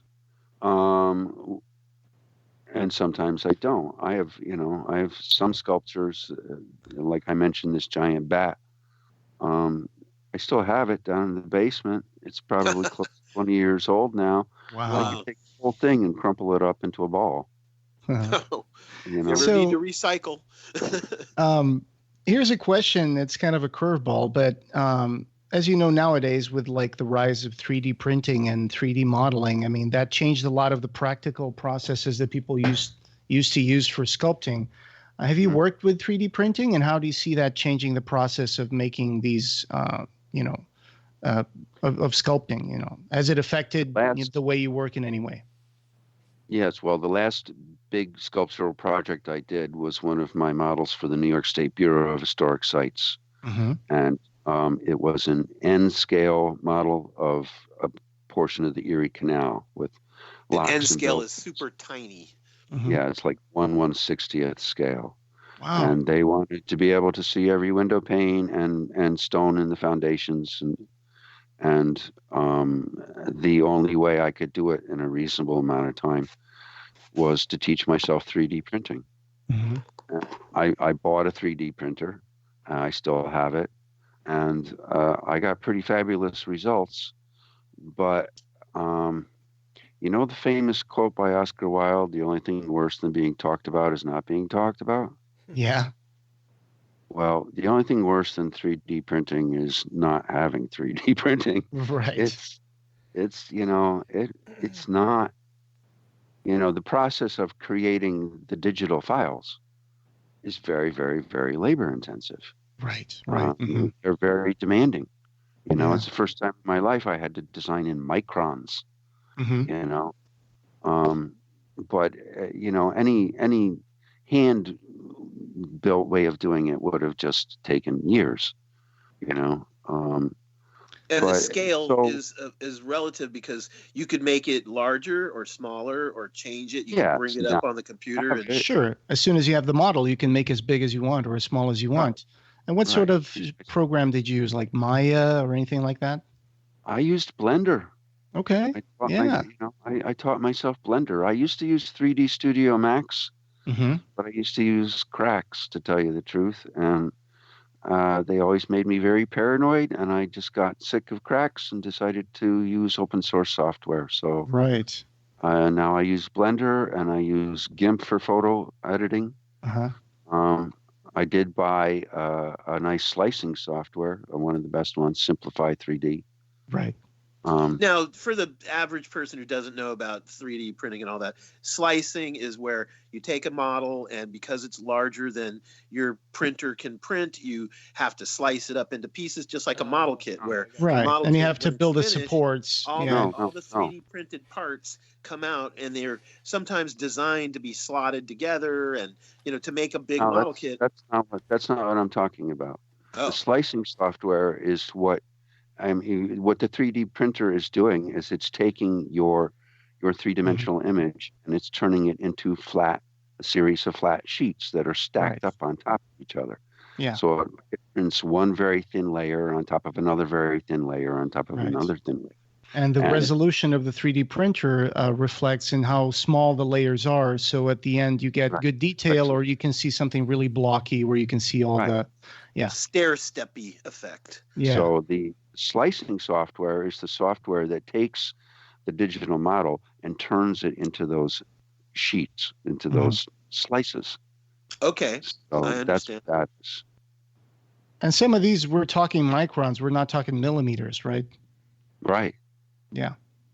And also people don't know, but when you build a model of something, if you want it to be printed, you also have to create the structures around it that will help it stay in one piece. The support. Exactly. Structures. So it looks like these little buttresses being built around it, but you have to do that. So if you're building a character who's got an arm that's stretched out, there has to be support.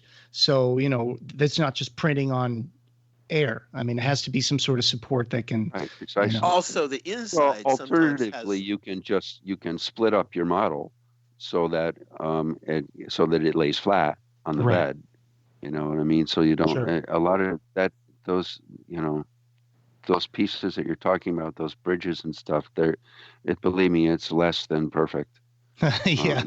Right, and that's why a lot of times you have to cut all those pieces free and then sand and coat the printed pieces and stuff with coatings and things. Yeah, I did some, but not that many. For the most part, I tried to lay things flat and build them. And basically, I was designing little model kits. To tell you the truth, and then I glued it together. And are we still talking about any sort of analog techniques like flocking, for example, for like trees or stuff like that, like in dioramas? I did something with this last model I'm discussing for the first time called static grass. Have you ever heard of static grass? I used to be an architectural model builder, and I know you can buy static grass. Yeah. What is it? It's like flocking. It comes in different lengths and different colors, naturalistic colors.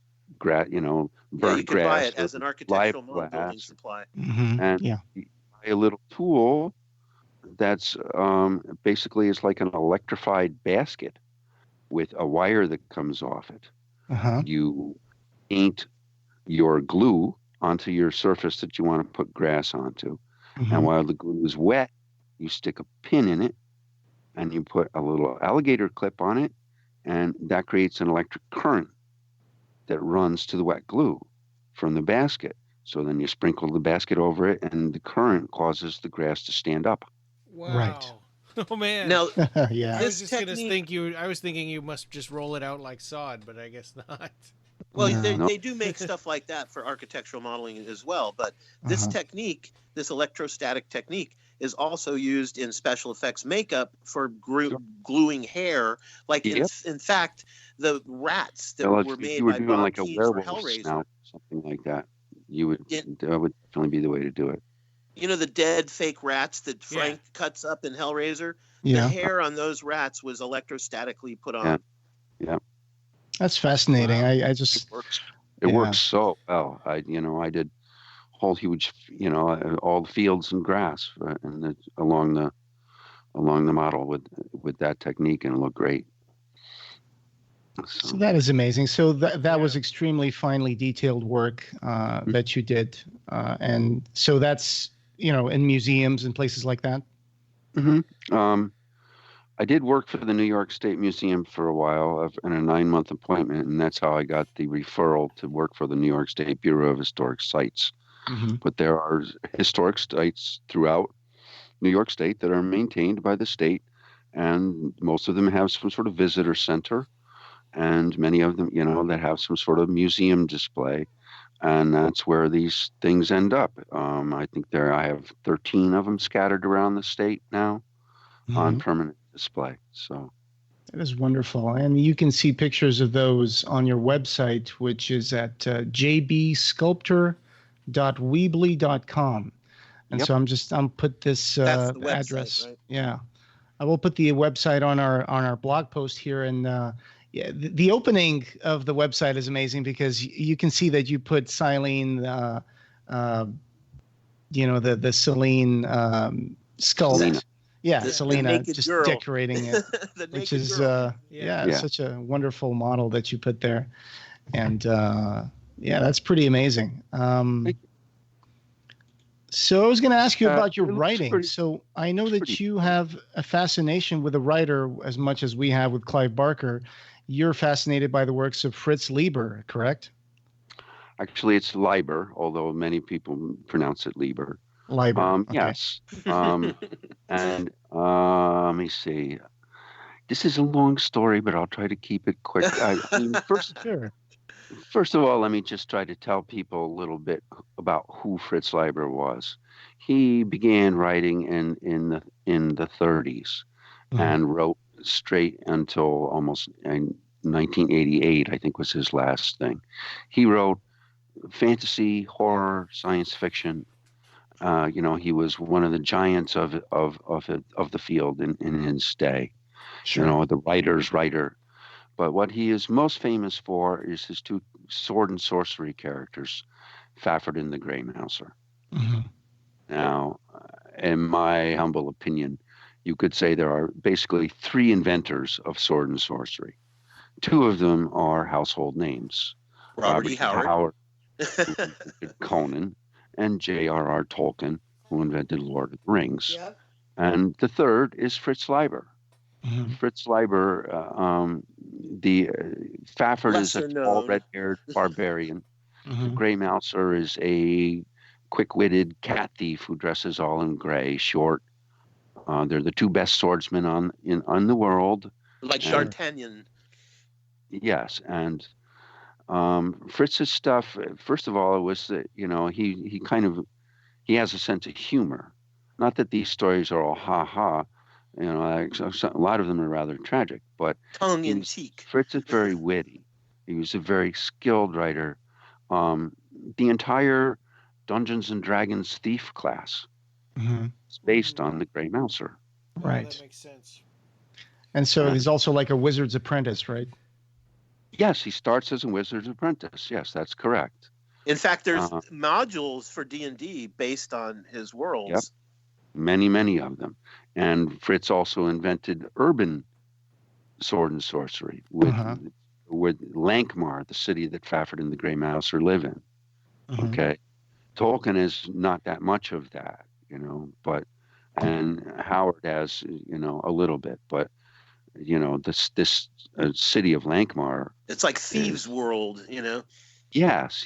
Thieves' World is based on Fafford and the Grey Mouser.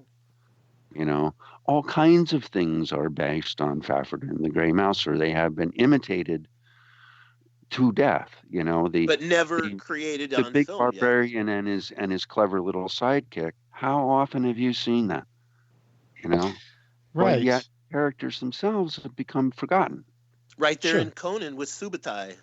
Yeah, Yes. or Yeah. even to bring an example that might be more remotely related, Don Quixote and Sancho Panza. Right. There's always a sidekick to the hero. But they're Yes. both badass fighters. Sure, yeah. I mean, it's a barbarian, and they're both rogues. It's like a rogues. Yeah. Yes, precisely. With a heart of gold, or I'm not familiar with the books at all. I mean, I just found this out. I mean, they're less villainous than the villains around them. Let's put it that way. Okay. They're good-hearted. They're not, they're not. They're not evil by no Yes, way. they're not evil, but they're thieves, and they'll screw you up big time if you make them. Sure. And there's a strong supernatural element, but it tends to be a little more subtle than like Tolkien magic or Conan magic. Mhm. At any rate, I was fascinated by these stories as a young man. When I got out of college, I had told you I had theater ambitions. I wanted to be a director, a writer, so on and so forth. I came up with this grandiose idea of staging this elaborate, effects-laden Fafford and Grey Mouser play. Now, Stage play. Stage play. Okay. Now, I had no money to finance this. I was a total nobody. But I wrote this very earnest letter I found out who Fritz's agent was. And I figured, well, the place to start is to see if the rights are available. Of course. So I wrote this very earnest letter to Fritz's agent, describing, what I wanted to do and giving him a list of 7 stories I wanted to draw on. And he got back in touch with me and said, well, actually, curiously enough, the rights for the stage are not available because we're in the middle of a $100,000 movie deal for these rights. However, we do not have a screenplay. Oh. And if you'd like to write a screenplay, I will show it to Fritz. And if Fritz approves of it, then we'll send it to the producer. What a great opportunity. Yeah. Damn. Yeah. At this point in my life, I had not written anything longer than like love letters to my girlfriend. Sure. Okay. But I said, what? Yeah, you bet. And I looked up screenplay format and I cranked out this 200-page screenplay and a 70-page treatment and sent it off. It weaves together 7 of Fritz's original stories. Mm-hmm. Sent it out. This agent, Robert P. Mills, was a mega New York literary agent. There's no way this guy should have been paying any attention to me. But he said, okay, looks like you've done a workmanlike job. I'll send it to Fritz. Fritz approved of it. And then it was sent to the producer. Uh-huh. And there was a long delay. And after this long delay, I got a simple, sorry, we're not interested. Oh, man. Then like another 4 years went by. And I saw reports in one of the fanzines of plans for a new Fafhrd and Grey Mouser movie. So I contacted the agent. I contacted Bob Mills again. Mm-hmm. And he said, yeah, sure, we'll try it. I rewrote the screenplay from cover to cover, sent it off again, and it ended up right back in the hands of the same producer who was no more interested than he was the first time. Sure. So it died. So now it's okay. This was now like maybe in 84. So now we fast forward to like 91, 92, like 92. And I had read reports that Fritz was living a very modest life with a tiny little apartment in San Francisco. Yeah, I met him. I met him before. With a typewriter over a sink.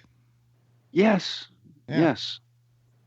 And I decided that I wanted to write him a fan letter. Just tell him, to back up, this experience, even though it didn't pan out into anything, totally changed my conceptions of what is possible in life. Sure. And it was largely responsible for why I became a professional artist. Mm-hmm. To be taken seriously by my favorite author and this right out of the gate. this hugely powerful literary agent and Hollywood producers and all this just totally changed my notion of what was possible. So I decided I wanted to tell Fritz this, and say thank you, Of course. So by this time, that agent, Bob Mills, had died. I managed to contact the publisher for one of Fritz's books, and they informed me that he had died a few months ago. Oh, man. And yeah, it was. But instantly my head filled up with images of 40 years worth of Fafhrd and Grey Mouser stories sitting in his attic, waiting for the right loving hands to finish them. Sure. So I found out who the agent for the estate was, and it's another mega powerful agent named Richard Curtis in New York. Mm-hmm. I sent him a letter, and he gave me a polite acknowledgement, and we'll keep you in mind. And I decided that since I had only written a screenplay, and since my ambition was to seamlessly finish off some of Fritz's unfinished works, which, by the way, there were none of, I now know. Okay. But I decided to write a novella and to try to make it sound as much like Fritz had written it as possible. So I went ahead and did this, wrote a 27,000-word novella. And they encouraged you, right? The agents encouraged you to do that. No, he didn't. I did it without his knowledge. Okay. Right. And then sent him a letter and said, hey, I've done this. My obvious problem now is I don't own the rights to it. Any suggestions? And he wrote me back and he said something to the effect of, well, you were rather foolish to do this. Oh, but seeing as you did, I'll help you. So I submitted the novella to him. He submitted it to Fritz Leiber's son, Justin. Mm-hmm. And I eventually ended up with permission to sell it however I wished, with no royalties to the estate. Oh, Wow. Well, that is very generous. Mm-hmm. Yeah, and it was. So for years, it was slated to be included in a White Wolf anthology of original Fafhrd and Grey Mouser stories. White Wolf, they had a sideline called Borealis, and they were reprinting famous stuff like all the Elric stories and all yeah. Mouser stories in hardcover. And they were going to do an anthology of new Fafhrd and Mouser stories, and mine was going to be included. And then things went south for White Wolf, and the book never happened. So that seems to be the thing that, a lot of projects that sometimes people put a lot of heart and a lot of work into it, and then all of a sudden, production wise, it falls through just because either the company goes under or someone just, that's such an unfortunate thing that, art is sometimes subject to the whims of business. Yes. Well, it's the nature of the beast. It happens in the film industry all the time. Right. So what are your plans for that? Well, like a couple of years ago, I decided that since I had the rights to sell this story however I wanted, it would be a good way to experiment with e-publishing and self-publishing. Mm-hmm. So I cleaned it up. I did a cover design, and I submitted it to the Kindle Singles program, which is an actual curated thing rather than just popping your stuff down on Kindle. They actually have to accept it like a real publisher, but they do more to promote it, and it's specifically for short fiction. Self-publishing through Amazon Kindle. Yeah. Okay. So I get it all cleaned up. I did some minor editing and came up with these cover images and sent it off, and was all pleased. And 3 days later, I'm searching the internet for news about Fafhrd and the Grey Mouser, and I discovered that Justin Leiber has just died. Okay, the son. Yes. So now I'm like, okay, I no longer have the legal right to do this. Mm. Oh. So I had to because you never got a contract or anything in writing and proof. No, I had written letters, but they were from permission from Justin Leiber, who is now dead. So there's now a whole new owner to the estate.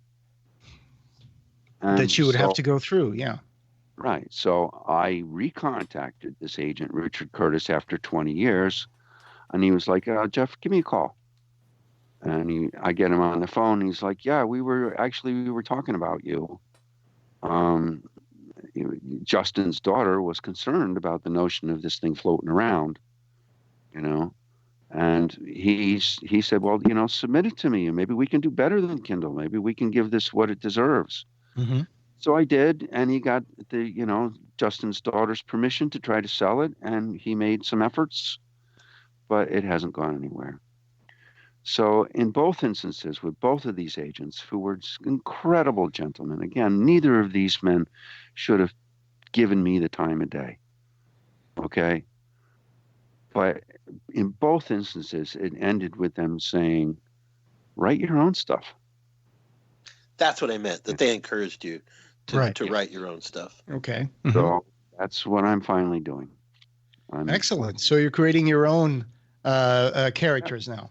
I'm writing a novel. Yep. And I'm very happy with the way it's coming out. Uh-huh.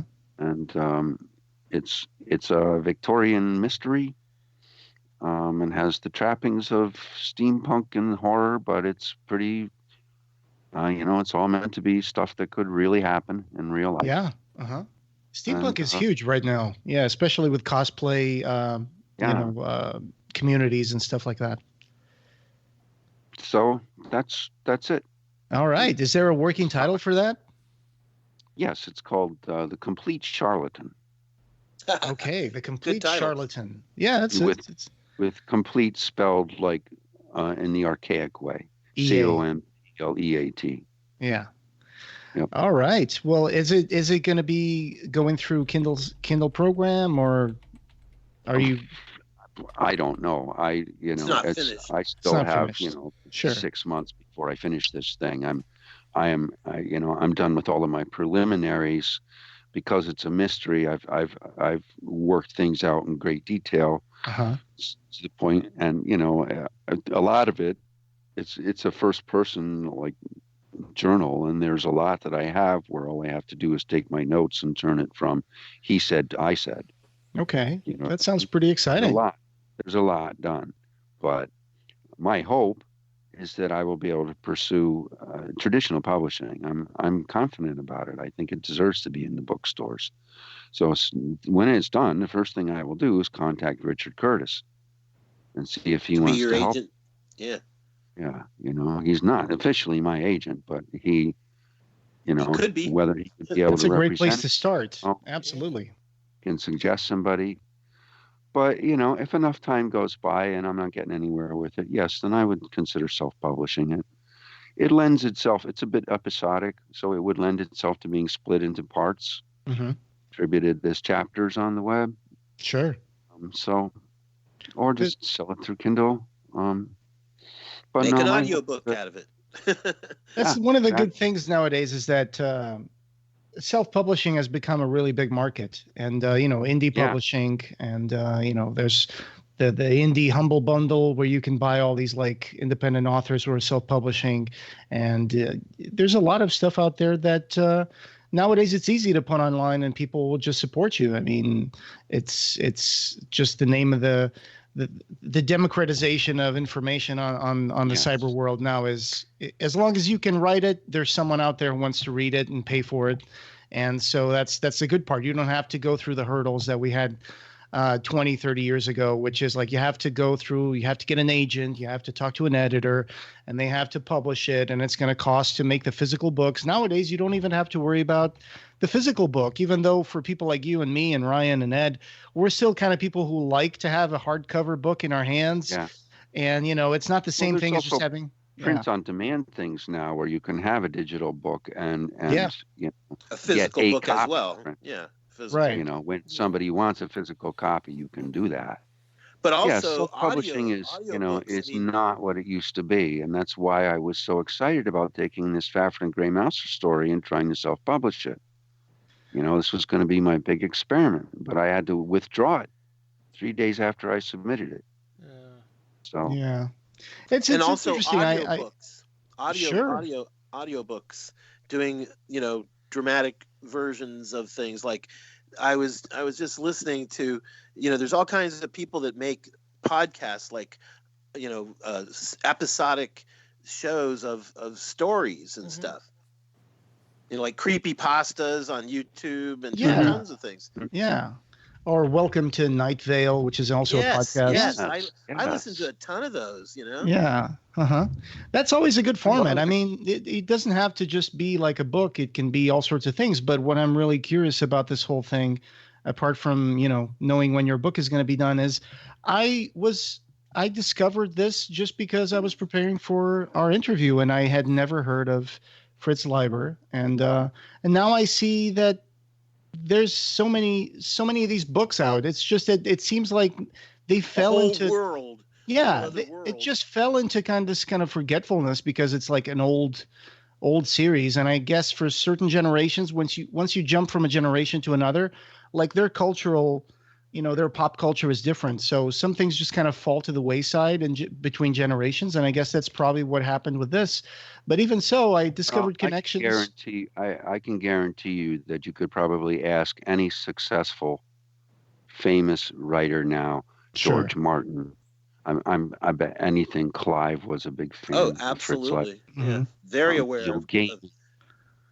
All of these people consider Fritz like a god.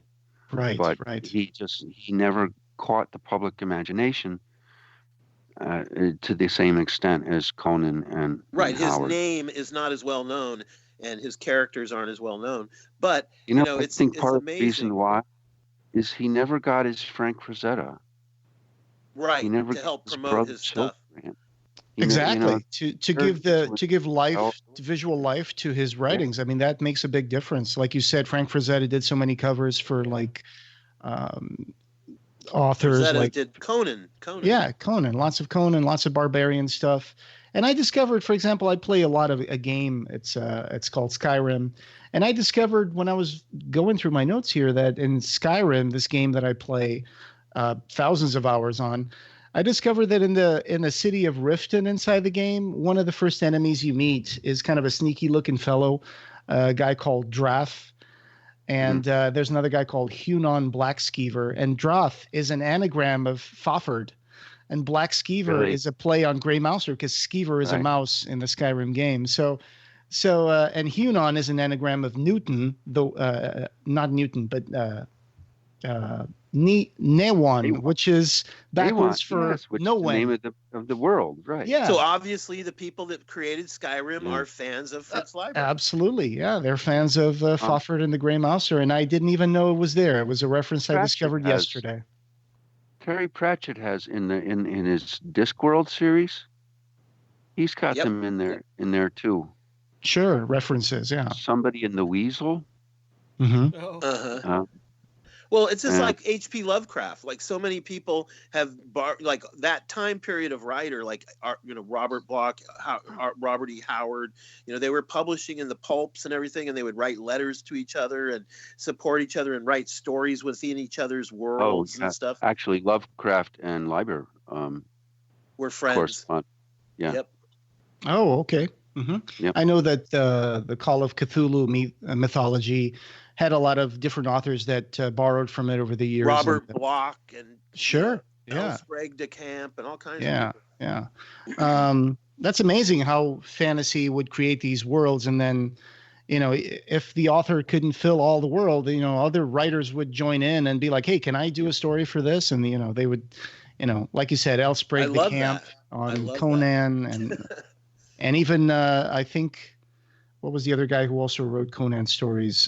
It wasn't R. Martin. It was Robert E. Howard. Well, he created Conan. Yeah, but there was another one who wrote like 2 or 3 books, and I just found that out. And the other then day. went on to become super famous on his own. Yeah. I kind of his name escapes me. Robert Jordan. Robert Jordan, yes, thank you. You're a big fan of Robert Jordan, Ryan, right? No, my brother is. Right. I read the first book and that's enough for me, but. Wheel of Time, right? Yeah. And it's crazy how nowadays, especially since people like the guys who made the Hobbit films and the Lord of the Rings, Weta. Yeah, they just brought fantasy to the masses, and I think they really opened the market for movies of fantasy properties like this to maybe be produced in the future. I think once you have a world, with all these books, all these storylines available, I'm surprised how studios aren't throwing their money at this sort of property and try to develop it. Well, I think it's on Netflix and Amazon and stuff now. It's going to be series like Game of Thrones kind of thing. Well, for Fafhrd and the Grey Mouser? I can tell you. Yes. No. No?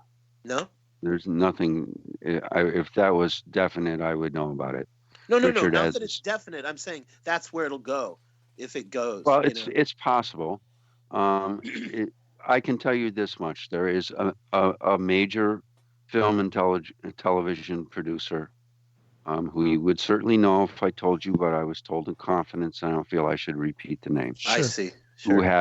Who has an option to Fafhrd and the Grey Mouser as of about a year ago. Oh, that's exciting. So the we'll wheels are turning. But it's not impossible that they will have their resurgence. And does this make you anxious about it? Does it make you anxious that someone will develop this at some point, and it might not be, they might change things or they might simplify it or whatever. Especially given who the producer is, it's possible that it will be more childish than I would want. Be ruined. They'll ruin it. But there's also, there's a common conception of these characters as 2 jolly rogues, but really over the whole course of what Fritz wrote about them, they're very tragic characters. There's a lot more to them than the jolly tricksters, you know. Yeah. So I would hate to see it turn into, you know, nothing but the jolly rogues. But we'll see. You know, it's not my property. Right. Yeah, so long, you know, it's off like in the distance. I have synopses for 6 more stories that I am dying to write. And if it ever, and I've told Richard Curtis about this, and he's like, "Well, I'll keep it in mind." You know. Yeah. He's just waiting for something to percolate. You know. But, Yeah. I would love to go back and do more with the characters. That'd be tremendous. Hopefully that property will make a return from the dead. Well, I wouldn't call it the dead, but a return from the sands of time, and just you know, make a comeback. Nice, In the but meantime, you you've know, got your own story. don't you think there's a problem with trying to revive something that has been imitated so often? I guess Yeah. I could I mean, see how that. do you make it fresh? Hmm. Yeah, I guess I could see difficult. that. and uneducated People people have- would think that it was copying people have- something else. Yeah, Yes. precisely. How do you go back to the original and not make it seem like a copy of the copies? Right. Hmm. Because it's You been know? borrowed from so much Big already. challenge. You They know, mined all I the good stuff. personally think the answer is to stay as close to Fritz's unusual style as possible. Right. But I mean, for the a trick modern is to audience, make it as close to the source material as possible, because the source still- material has the solid world building, and that's the stuff that really matters. Yeah. I would say so. We'll see. We'll That's see. interesting. But, That's you know, exciting. glad to Keep have us. something of my own to be excited about. So, Yeah, in the Yeah. meantime, you've got your own story to work on. Yeah, absolutely. And keep us posted on that one, because we'd Thank you. love to know that you know, work of love that you've had from so many decades will finally get released somehow, and I think that's something to look forward to. Yes, absolutely. That's amazing. Thank you once again for joining us today. I think we had a really good interview about. My pleasure. I'm honored that you wanted to talk with me. Absolutely. Can you post some of those pictures on the blog of the Cenobites and some of his work and stuff? Yeah, absolutely. Yeah. I got a lot of pictures that I got from the Jeff Brower Sculpture page on Facebook, and also the website. So those are all going into the show notes. Great. And the reference photos Wonderful. from the Cenobite sculpts that he had, from back in the day. With Grace Kirby. That's a really good picture. I'd never seen that one before, so I'm sure it'll be a great photo to share. On a note about Screamin, I just had one more question here. Do you have any idea why they ended? Was it just, Yeah, I have a very good idea why they Okay. Daniel Fay and Richard Hamaker had a difficult, contentious relationship as time went on. It reached a point where they actually had a fist fight in their office. Oh, wow. I would say that's pretty, pretty contentious. Contentious. That's a good word. And it ended. Their relationship had to end, and it was unclear. It was unclear which of them would end up with the company. But eventually, Daniel decided to walk away and leave it to Richard, which was strange because, Well, he Daniel had his really own was business. the soul of the company. Daniel was the collector. He went into his Daniel own model business, though, after. Yeah, he always had some version of his own model business going on, but he decided to devote himself to his own business, and he also did some work for Tops, I believe. Tops. The Mars Art Attack company. stuff. But he was the big monster fan. He was the big model fan. And Richard Mars was just Attacks. an entrepreneur. He liked know. Mars Attacks. But yes. But Richard was the business guy, and he had a lot of his personal finances tied up in the business. So Daniel went his way, and basically there was, within the space of a day or two, after it became clear that this was all ending, I got a call from Daniel saying that he would pay me $50 if I gave him all my best ideas to present to Tops. $50. Okay. Yeah. And then I got a call from Richard saying, "Do you want to sculpt Dr. Chenard for $3,000?" Yeah. Oh wow. So it clearly, was pretty much a no-brainer. Right. clearly, you knew where to go. Absolutely. So there was, And I guess was the Tops a period relationship where, how he got Mars Attacks? yes, yeah, well, yes, Mars Attacks is how he started the relationship with Tops. Yeah, Mars Attacks happened while Daniel was still there. Did you do any of the Mars Attacks sculpts? I did all the heads. Oh. Yeah, like 2 days apiece.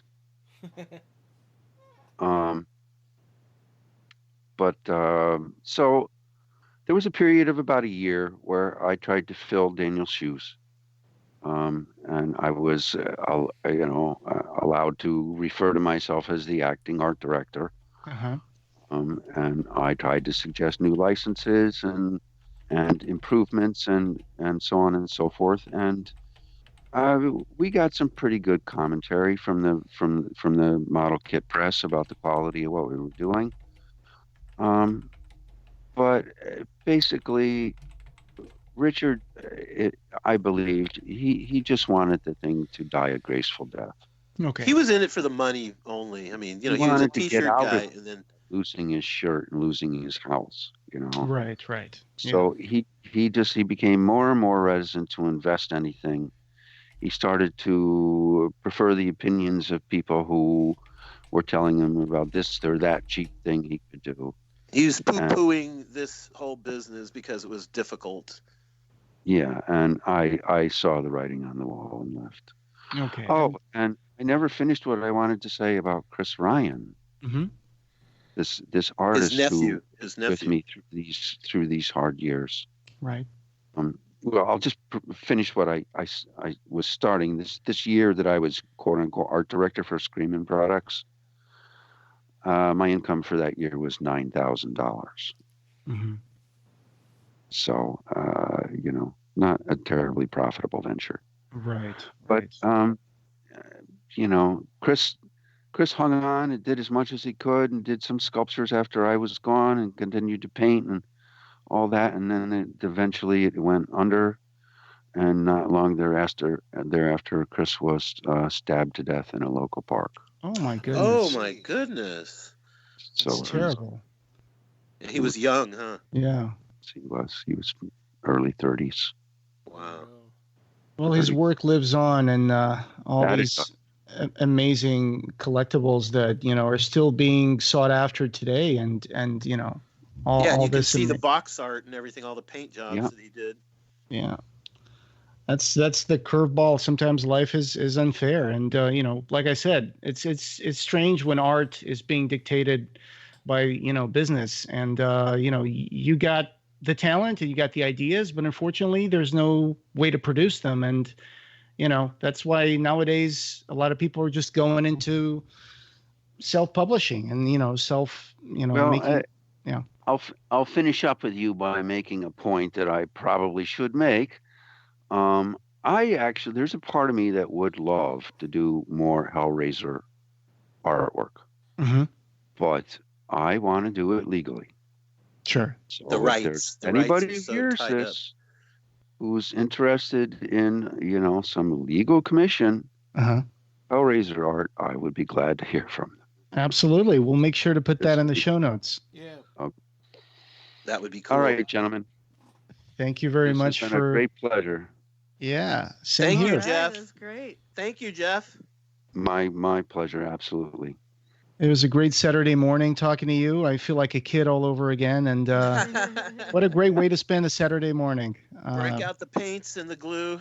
Yeah. I'm feeling crafty now. I inspired you to go drag out a model kit and build it. I might just go ahead and get a Fafford and Grey Mouse book and read it too, because I'm very interested in this now. So the Sword and Sorcery comic book from DC was how I discovered them, and I got to meet Fritz at a convention in Berkeley when he was living here in the Bay Area. He lived in San Francisco. All right. Well, I would love it if you did that. You can't walk into Barnes and Noble and find them anymore, but you can certainly find them. The one thing I would have to say to you is that the series is wildly uneven. as with its greatest fan. It's wildly even. Okay, so if you start from the very beginning of the first book, you may not make it through the first story. Oh, wow. Okay. It got better as time went along then. No, it just it changed from time to time to time. The first story is not the first one he wrote. Okay. Okay. It's a much later backstory that he wrote for Fafford. And it's about Fafford's mommy problems and girlfriend problems. And it's, it's a long thing. So the first book is called Swords and Wizardry. Okay.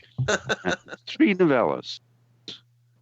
The first one is one of my least favorites. The second one is about the Grey Mouser's backstory. I like that a little more. The third one is brilliant. Okay? So start with Ilmet and Lankmar. Ilmet and Lankmar. I definitely will. Is that from Swords in the Mist or Swords Against Death?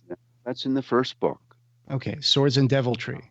Nowadays, you can probably find them individually online.